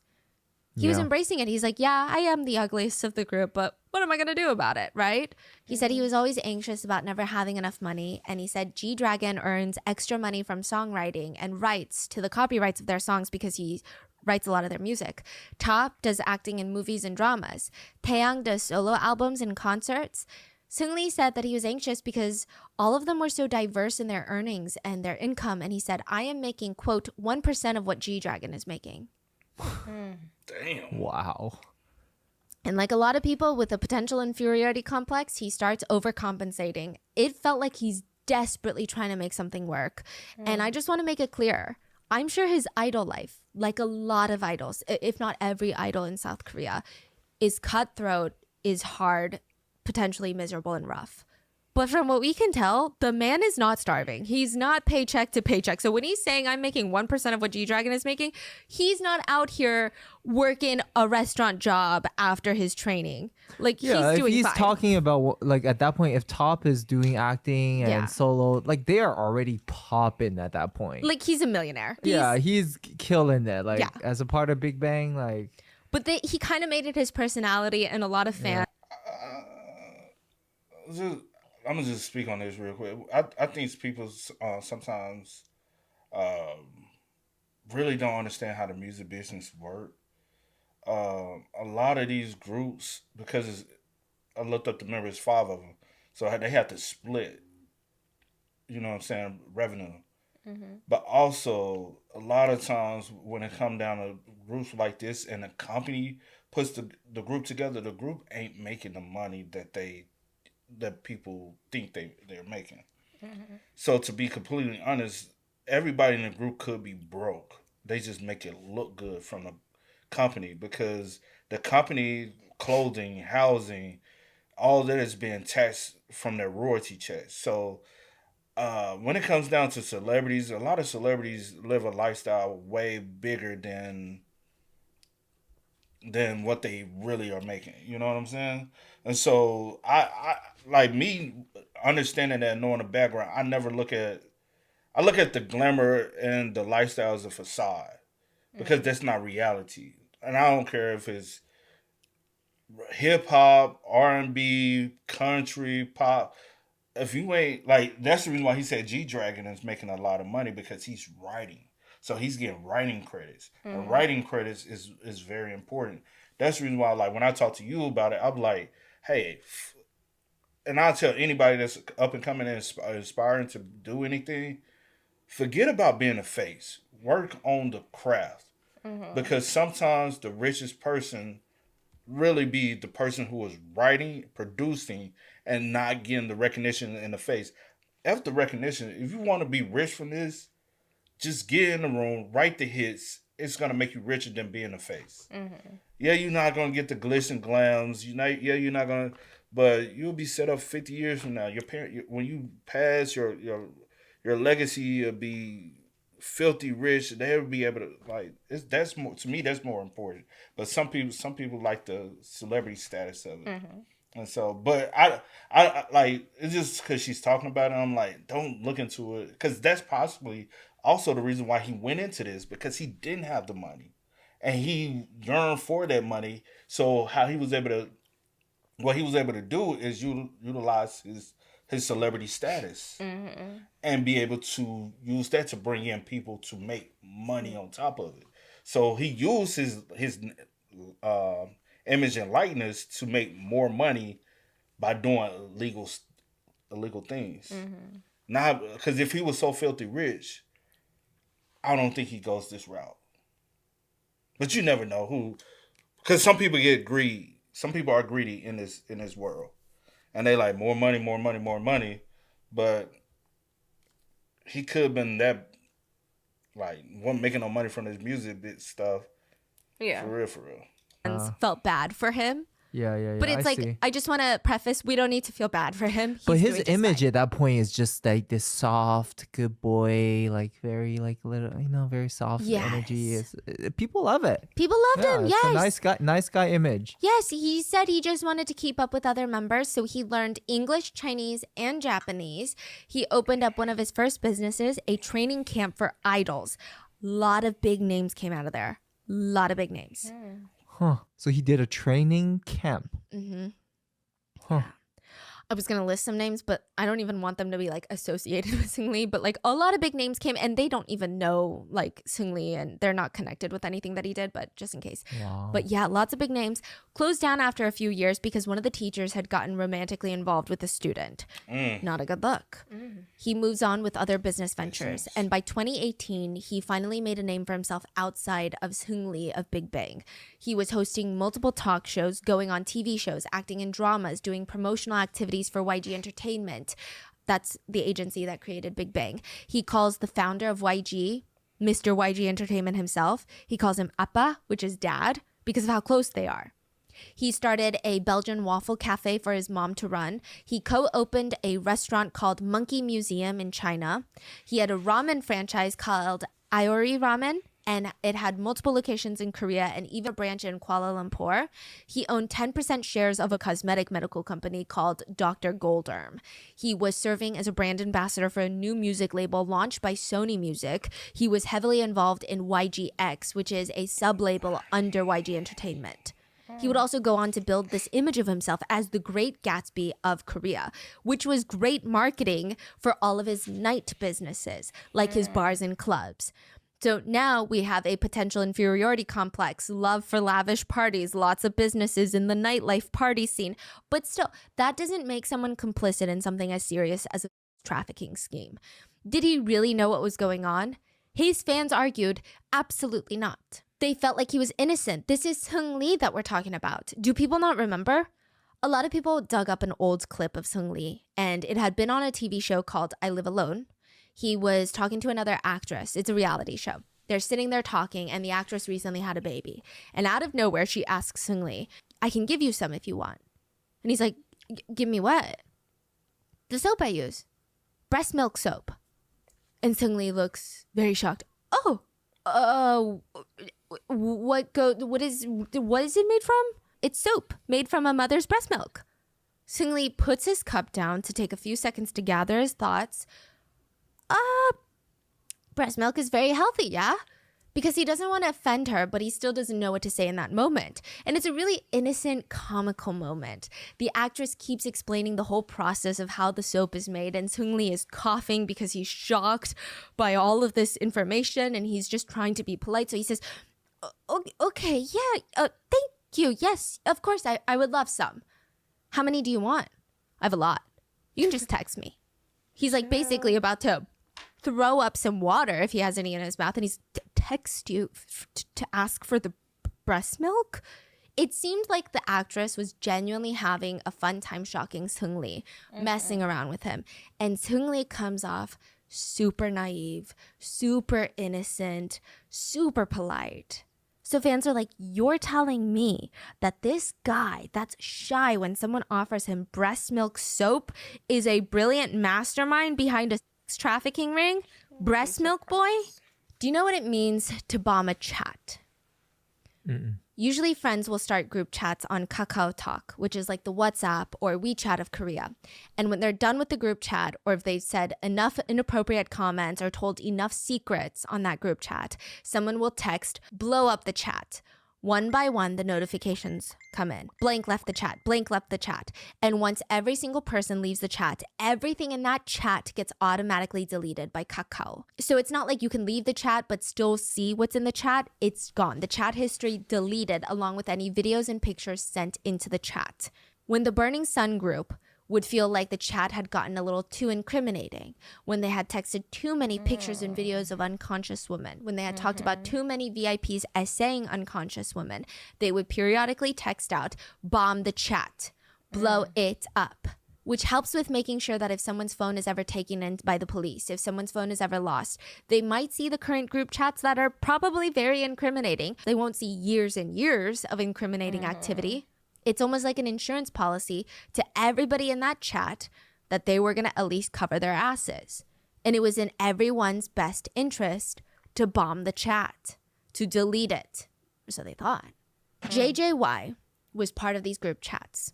And some quick context to JJY, he's what they call a multiplayer in Korea. He's a singer-songwriter TV personality. He's known for having this wild, fun personality, so a lot of talk shows love him. He's also very, very good at singing. He never left the chats. He was part of all the Burning Sun chats. He was part of every single Seung-lee chat about unconscious women, selling women, bidding women. He never left it because he felt so sad to part with all the amazing pictures and videos of women being victimized. So he always pretended to leave the chat last. But the truth is, he never left any of them. He kept each and every single one.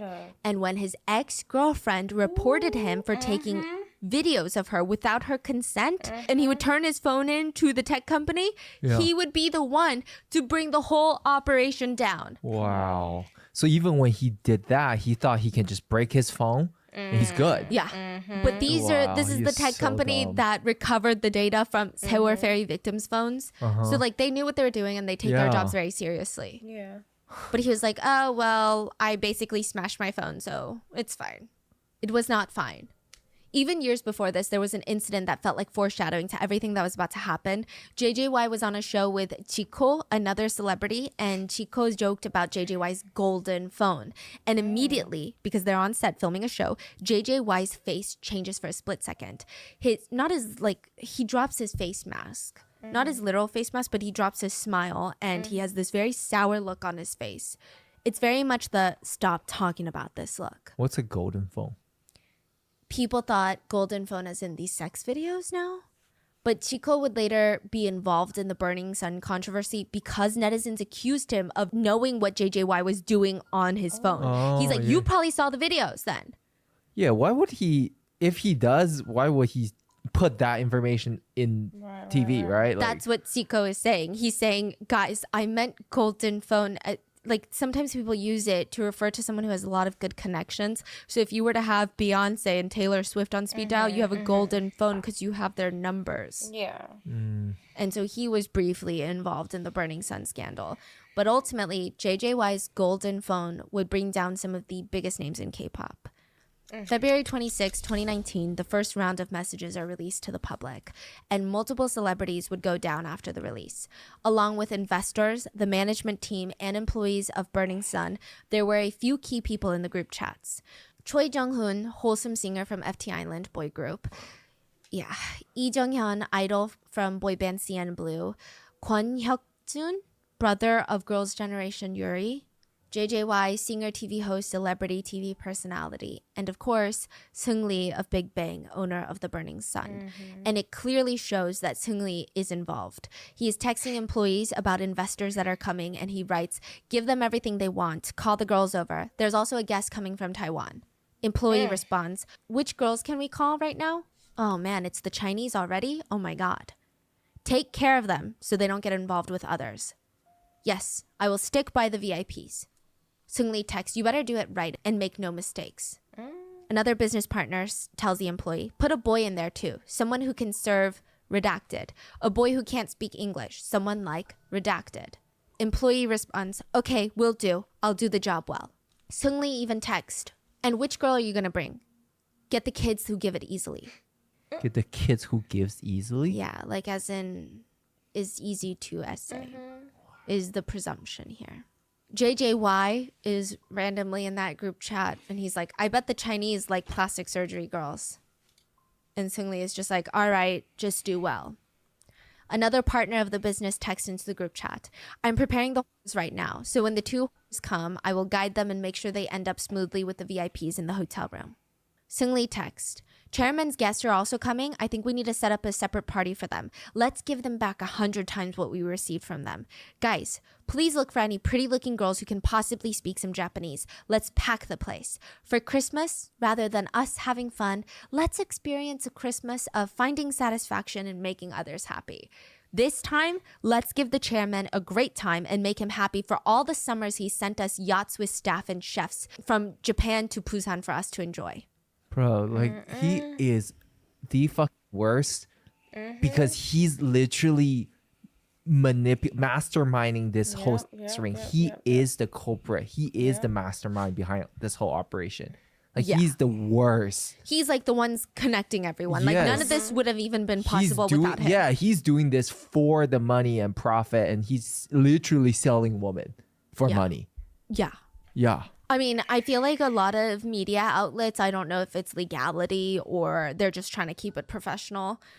But honestly, he's just straight up, in my personal opinion, like a pimp. Yeah, like a worse than disgusting, that. Exactly. vile trafficking pimp. Like, honestly. Yeah. In another conversation, Seung-lee talks about a girl that he likes, and he writes, redacted is actually art. I admit it.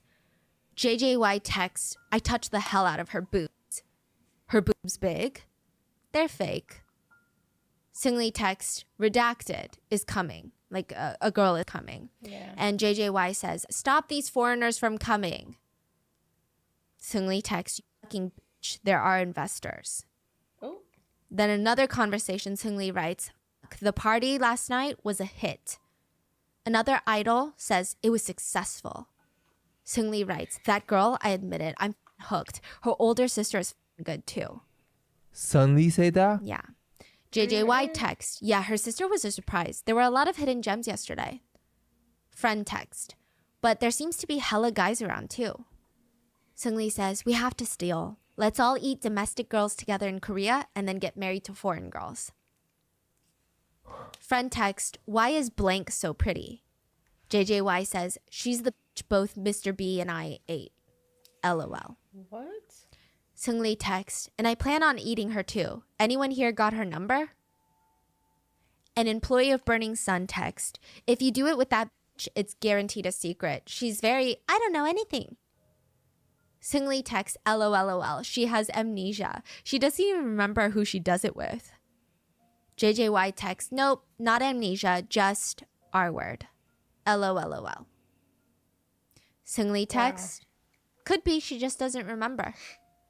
JJY is angry. He says, when she first met me, she was all BSing about, I don't watch TV, so I don't know you. But after she got drunk, she was whining and asking me to sing for her. Seung-lee says, want me to tell you something more funny? Or rather absurd? I opened my eyes and I was like, why am I sleeping with Si Nuna? when I was like, I thought I was sleeping with these other two girls. Where did they go? LOL. In another chat, Seungli is asking a VIP client about what kind of women they like. And the client responds, I'm not sure. South Asian men like white skin, so someone with fair skin and innocent and pretty features, or the opposite, just sexy. Girls like blank, blank, and blank who are innocent yet sexy, or just a super fancy glamorous girl. Those types of girls. Wouldn't that type of style work? We want over 160 centimeters tall. Thinner. It's not too picky though. Girls from Korea will do. There are other chat logs where it seems like Seungli is sending girls on trips with VIP clients. He asks a VIP about an Indonesia trip that he has coming up, and the VIP says that they want ones that are under 10K per person. Seungli writes, I understand. It's 10K per person, right, Mr. CEO? He proceeds to send pictures of 5 different girls, and he writes, number 1 doesn't talk that much and kinds of loves money. She also has aspects where she doesn't have much charisma in drinking scenes, but her visuals are great. Cry emoji. In another conversation, JJY texts the group that he's boarding the plane soon, and he says, I will Korean bitches as soon as I arrive. I'm going to invite them to my house before going out. German have huge asses. His idol friends write, get back safely, fly safe. An employee of the Burning Sun writes, I bet German smell like sausages. JJY says, not bad. LOL, we had fun. A lot of netizens noted that it's kind of crazy that they're so polite to each other, even saying things like, get back safely, have a safe flight, we miss you. Meanwhile, they talk about women, in the most degrading ways possible. Another super controversial conversation involved the idols talking about who Seungli had sex with yesterday, and they asked, was she delicious? And they said things like, I want her number. And one person wrote, yes, she is comfort woman level. What? Let me tell you. Comfort woman is a very, very sensitive topic for most Koreans. It is, aside from the crimes, the most horrifying comment that was found in the group chats. Chinese too. It's a huge problem. Yeah. So to give context, comfort woman was one of the worst atrocities that the Japanese government committed towards Korean and Chinese women. And a lot of the victims. So when Japan colonized Korea, along with various other countries in Asia, so I don't believe that it was just Korean and Chinese, they promised a bunch of women from all these different countries, but we're just talking about Korean women here, that they could work in factories to make just enough to barely survive. They're like, you can barely get by and you can maybe feed your kid. But because these women had no other choice, nothing else, they were basically forced to agree, not knowing that the Japanese government never intended them to work in factories. They were actually forced into trafficking.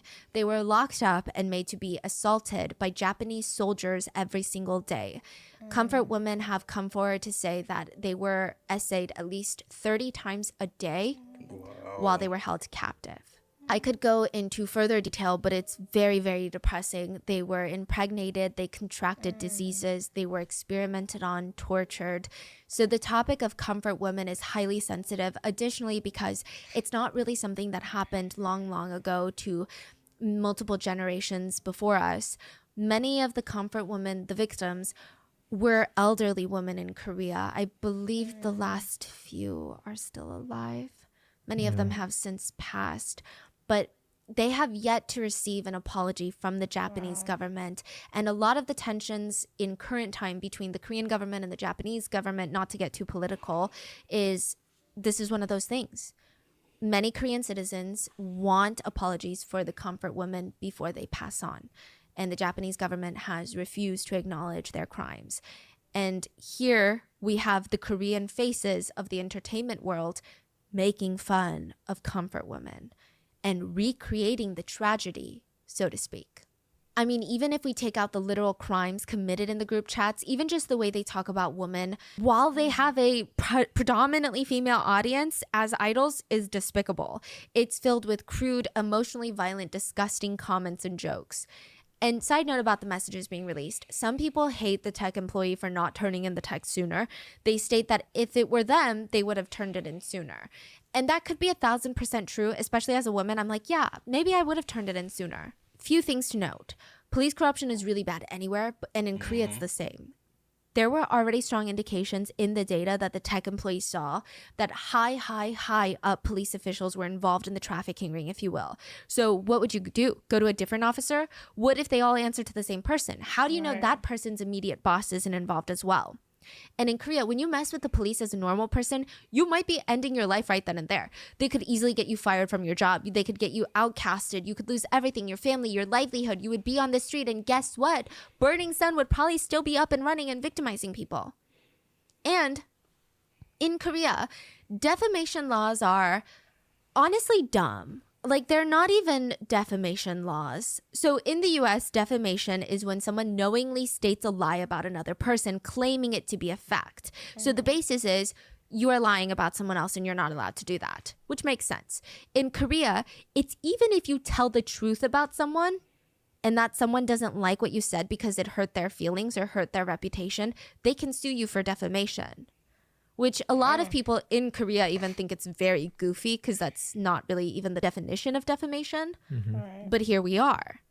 This employee could have been sued to the point of having nothing but the clothes on his back because they're not even dealing with one celebrity or one rich business owner. They're dealing with a whole roster of them, all cozy with politicians and police. What chance does this tech employee stand? Yeah. And even if they went through all of that, the Burning Sun could still be up and running. Right. So I don't know if I would sit here and say, oh my gosh, well, that person is messed up. I do think it is frustrating that they sat on the information for 3 years while people continue to be victimized. But I think that there's so much cultural, societal nuance that goes into a decision like that. And I think that we could technically all sit here and be like, I could never do that. But I don't know. I guess but we don't really it's know. like, how powerful are these people? All of these people combined, and who can he go to? Like, really, you don't know. It seems like all the people in charge are in on this. And technically, he committed a very big crime by keeping the data. Yeah. So he broke the law as well.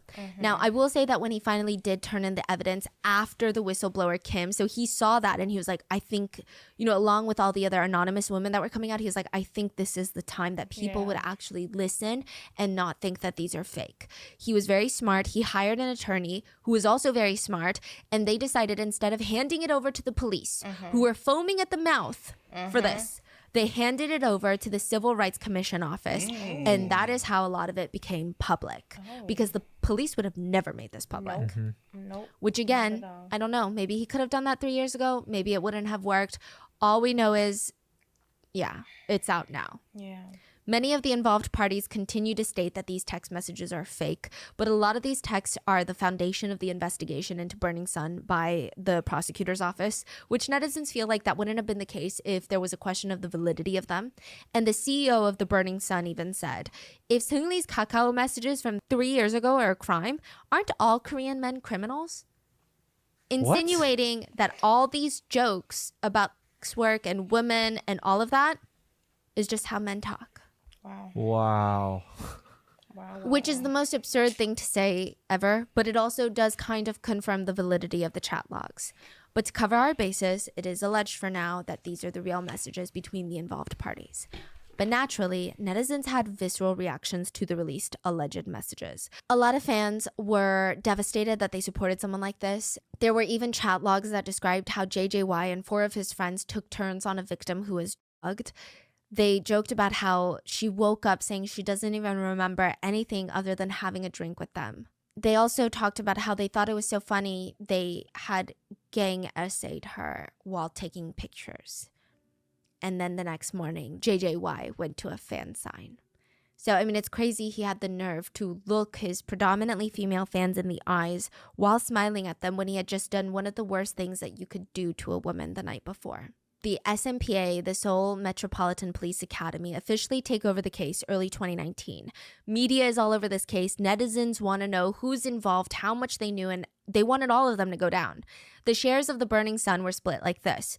42% owned by the hotel, 8% owned by the hotel's chairman, 20% owned by Taiwanese businesswoman Lin Samo, 20% owned by Yuri Holdings, which was allegedly set up by Seung-lee, implying that he has potentially 20% interest in the club.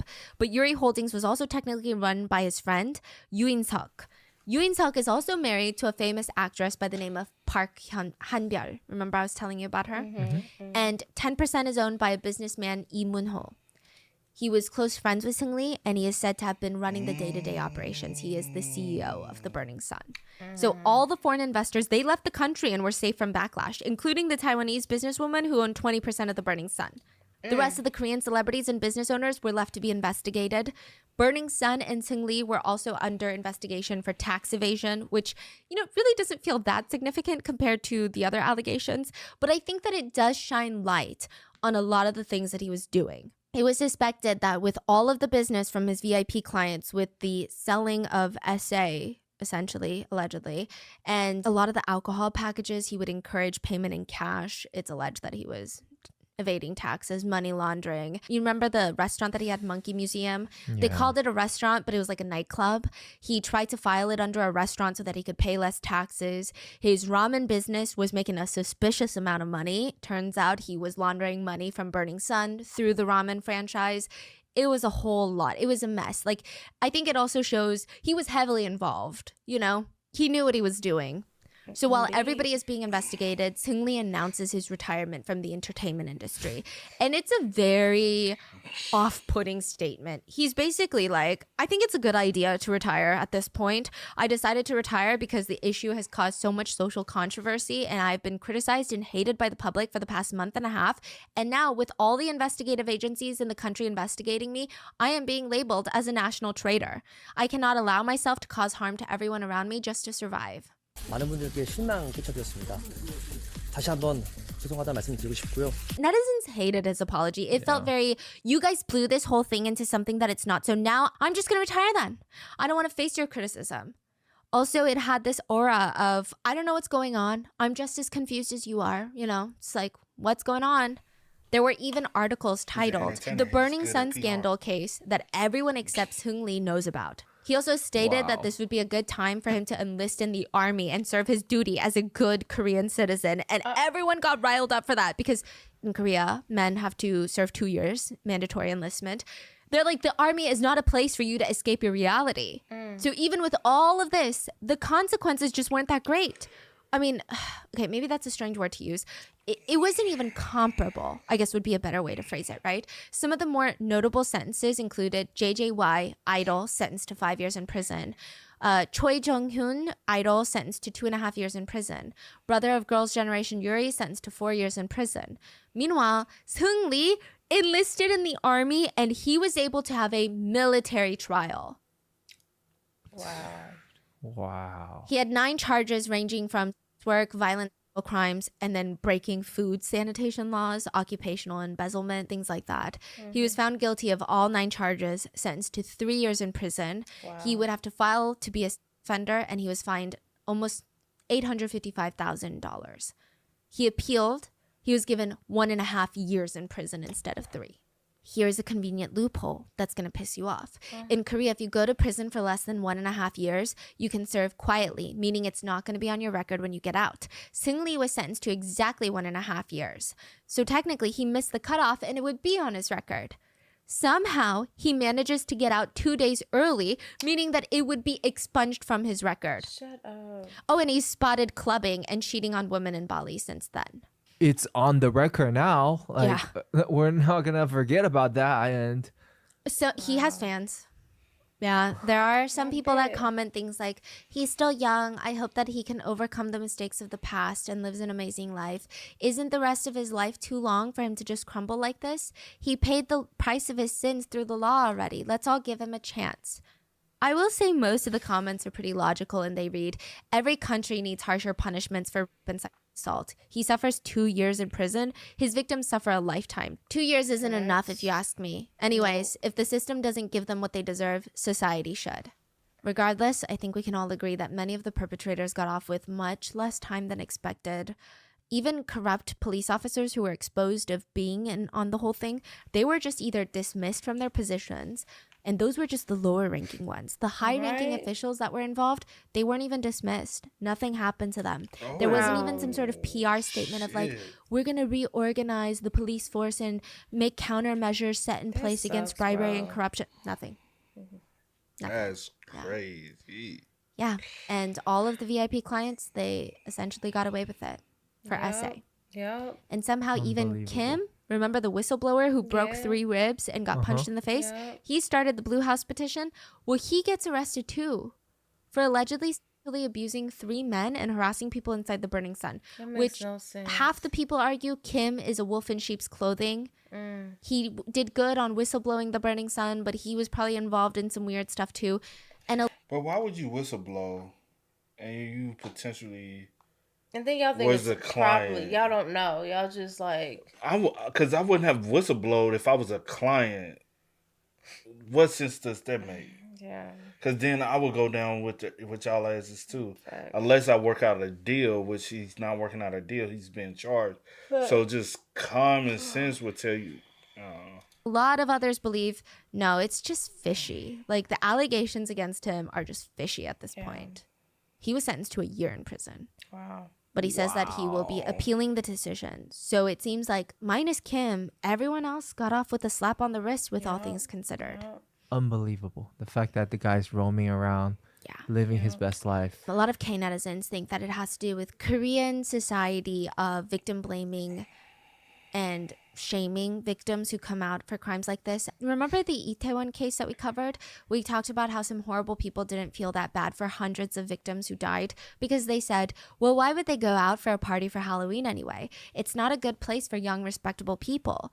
A lot of families of victims for Itaewon wanted their names not to be made public because they were scared that their loved ones would be victim blamed. And it was the similar case with Burning Sun.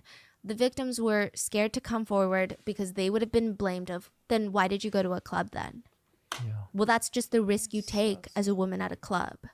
And because there weren't really that many victims that spoke forward at the court, speaking directly on the case, they got off way too easy. I think the only way to combat that is for societies to speak up more about in support of victims, right? Yes. Like that's the only way for other people to realize you're so dumb by saying that. Yeah. Like, Like, we need to make it, yeah, you're we have dumb to and gross. keep talking about it to Yeah. lift up the victims. Yeah.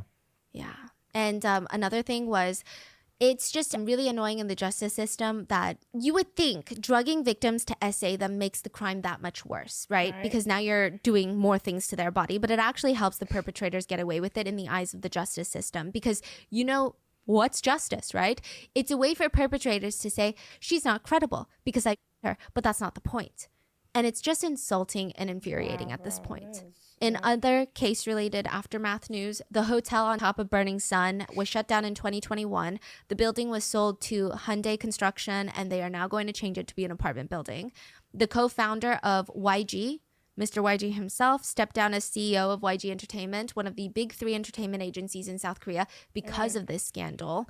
It is stated that YG lost close to $100 million worth of investment money because of the Burning Sun case. And recently, Choi, one of the idols, was released from prison as well. And paparazzi found out which church he was attending with his mom. And they stopped him in the church parking lot to ask him for an interview.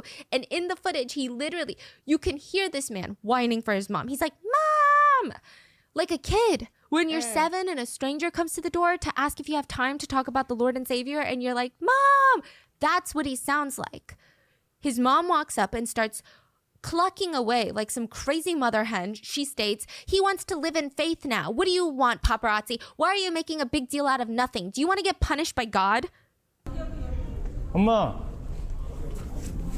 기자분들이 오셨는데 막 인터뷰 하시네? 아니 그걸 왜 물어봐요? 가요. 이렇다는 건 아니야. 하나님 신나라. 있어요. 아니면 믿음 안에서 살려고 왜 그래요?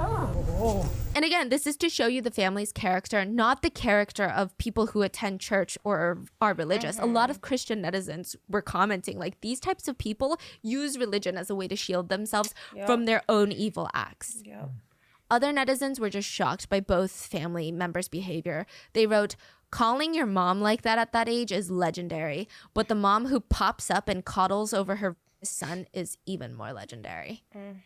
And I will end you with this note. One chilling fact is, you know how a lot of big K-pop groups have names for their fans? So Blackpink has Blinks, BTS fans are ARMY. Big Bang's fans were called VIPs. They made it to say that their fans are very important people to them. But Seungri's VIPs were not his fans. They were his best. And I just hope with him being back in the news with these scandals, Burning Sun is never forgotten because how do you get away with something like he that? shouldn't be able to have anyone foaming over him or Yeah. he Or should never be treating able these- never be able to make a comeback. He's just a vile criminal. Yeah. Yeah. So, what are your thoughts on the burning sun? And let me know in the comments. And please be safe. I'll see you guys on Sunday for the mini-sode. Bye.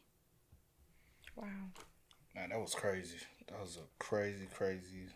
Yeah, definitely. And that was just part one. That was, yeah. So what's going on? What more? What? Part 2 and part 3, yes. Oh, jeez. Yeah, that was a lot. And they definitely got off so easy. It's like a spit in the face, honestly. Yeah. To every victim. But yeah.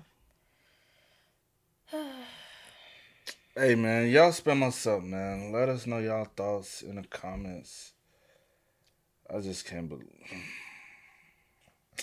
Because I want to say, because I used to do K-pop reactions myself. And I want to say I've heard about them. And this was, what year was I doing K-pop reactions? 2018? Yeah, sure. Around that time. 2018, 2019. Because I know about YG Entertainment because I used to do a lot of Blackpink reactions, and I know about BTS, and I know about different groups. But I feel like I have heard about them, like the Big Bang Group. Yeah. But this Scandal, I never even heard about. Yeah, I never heard about the Scandal, and the only reason I know about the group is because one of my friends used to, like, she was big into, like, K-pop and stuff, and she used to listen to them. But other than that, I don't know nothing about them, and I definitely didn't know anything about the Scandal. But honestly, him fleeing to Bali now, Yeah, what could he pop? yeah. Also, are you running because there's other charges that could be brought onto you? Are you just trying to forget, or are you trying to escape? Because now I'm also living in a different country. I can live this lifestyle based off of mine, and I know you got money because you were money laundering the whole time you was there. Anyway, so you probably had money put to the side. Yeah. So you got to think about that aspect too. Then it's like I get to live in this because everybody dreams. Oh, he stays in Bali. Oh, so it sucks though. Yeah. Y'all spam us up, man. Y'all let us know y'all thoughts about it for us in the comments down below. But until next time, y'all know how it go, man. I do go by the name DJ New Kid. This is Sierra Nicole. We are. Kid and C. We are. Go and get it, ain't no time to kick it. Got a stack of flip for my foes. Dollar. Please tell me you can hear me. Don't turn your back